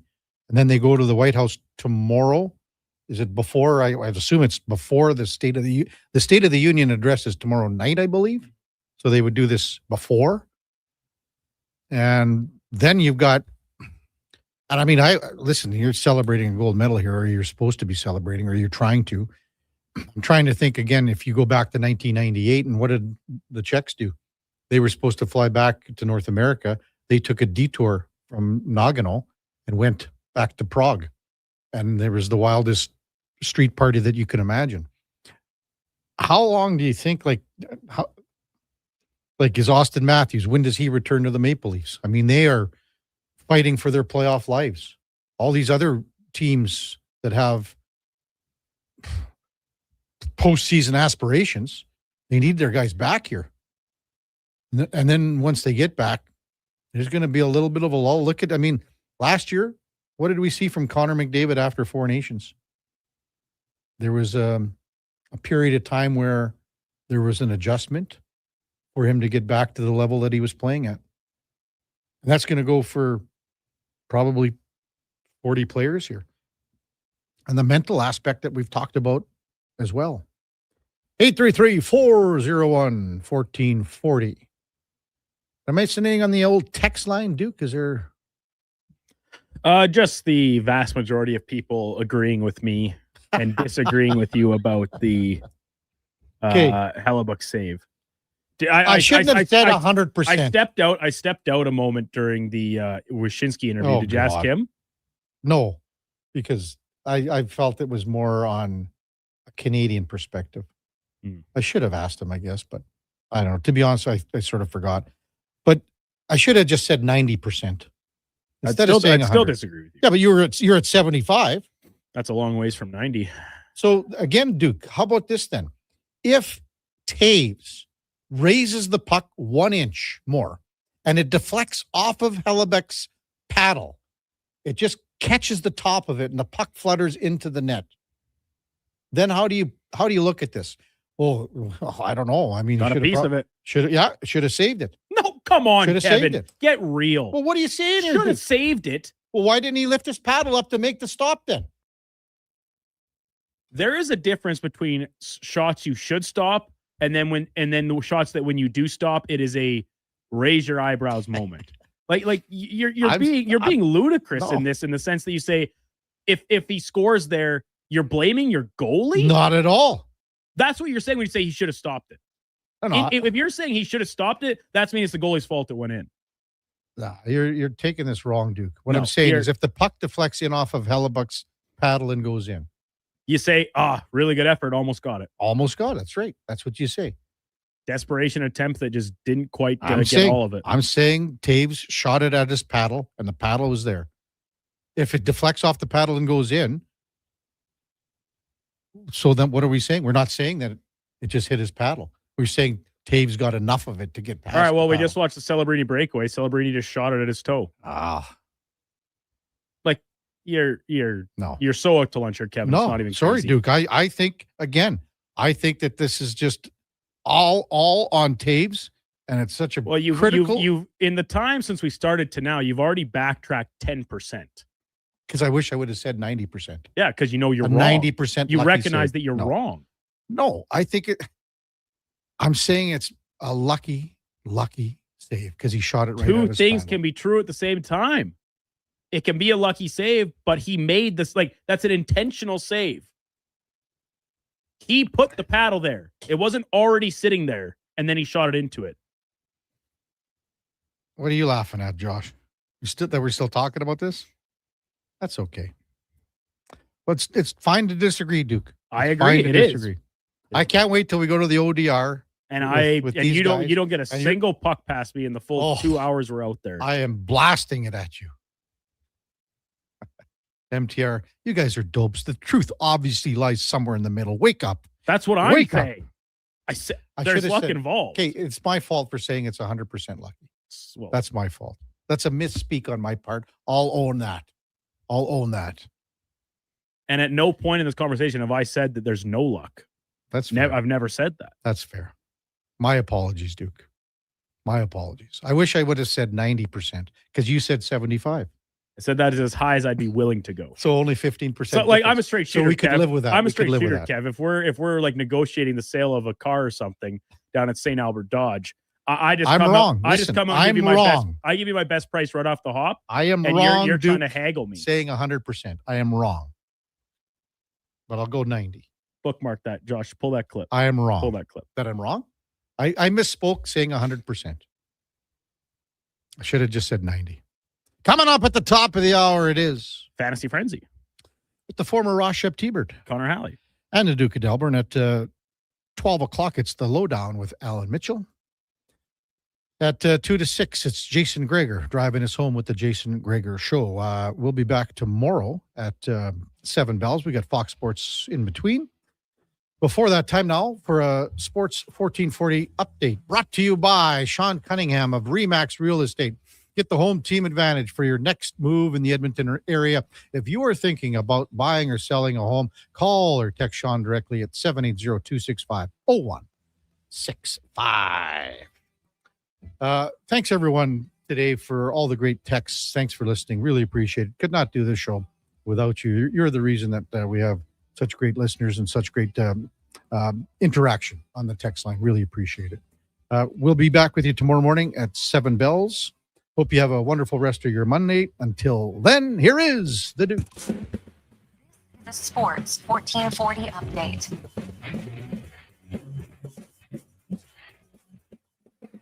Light day on the sporting calendar. There's 3 games in the association tonight. First place Pistons hosting San Antonio. Sacramento's in Memphis. And the nightcap has the Utah Jazz taking on Houston. Tip-off at 7:30. Spring training baseball resuming action this morning, including top of the hour here. The Blue Jays taking on the Mets from down in Florida. Elsewhere, Yankees play the Pirates. Red Sox are up against the Rays. Orioles face the Braves. And out in Arizona, Cubbies up against the Royals. D-backs play the Guardians.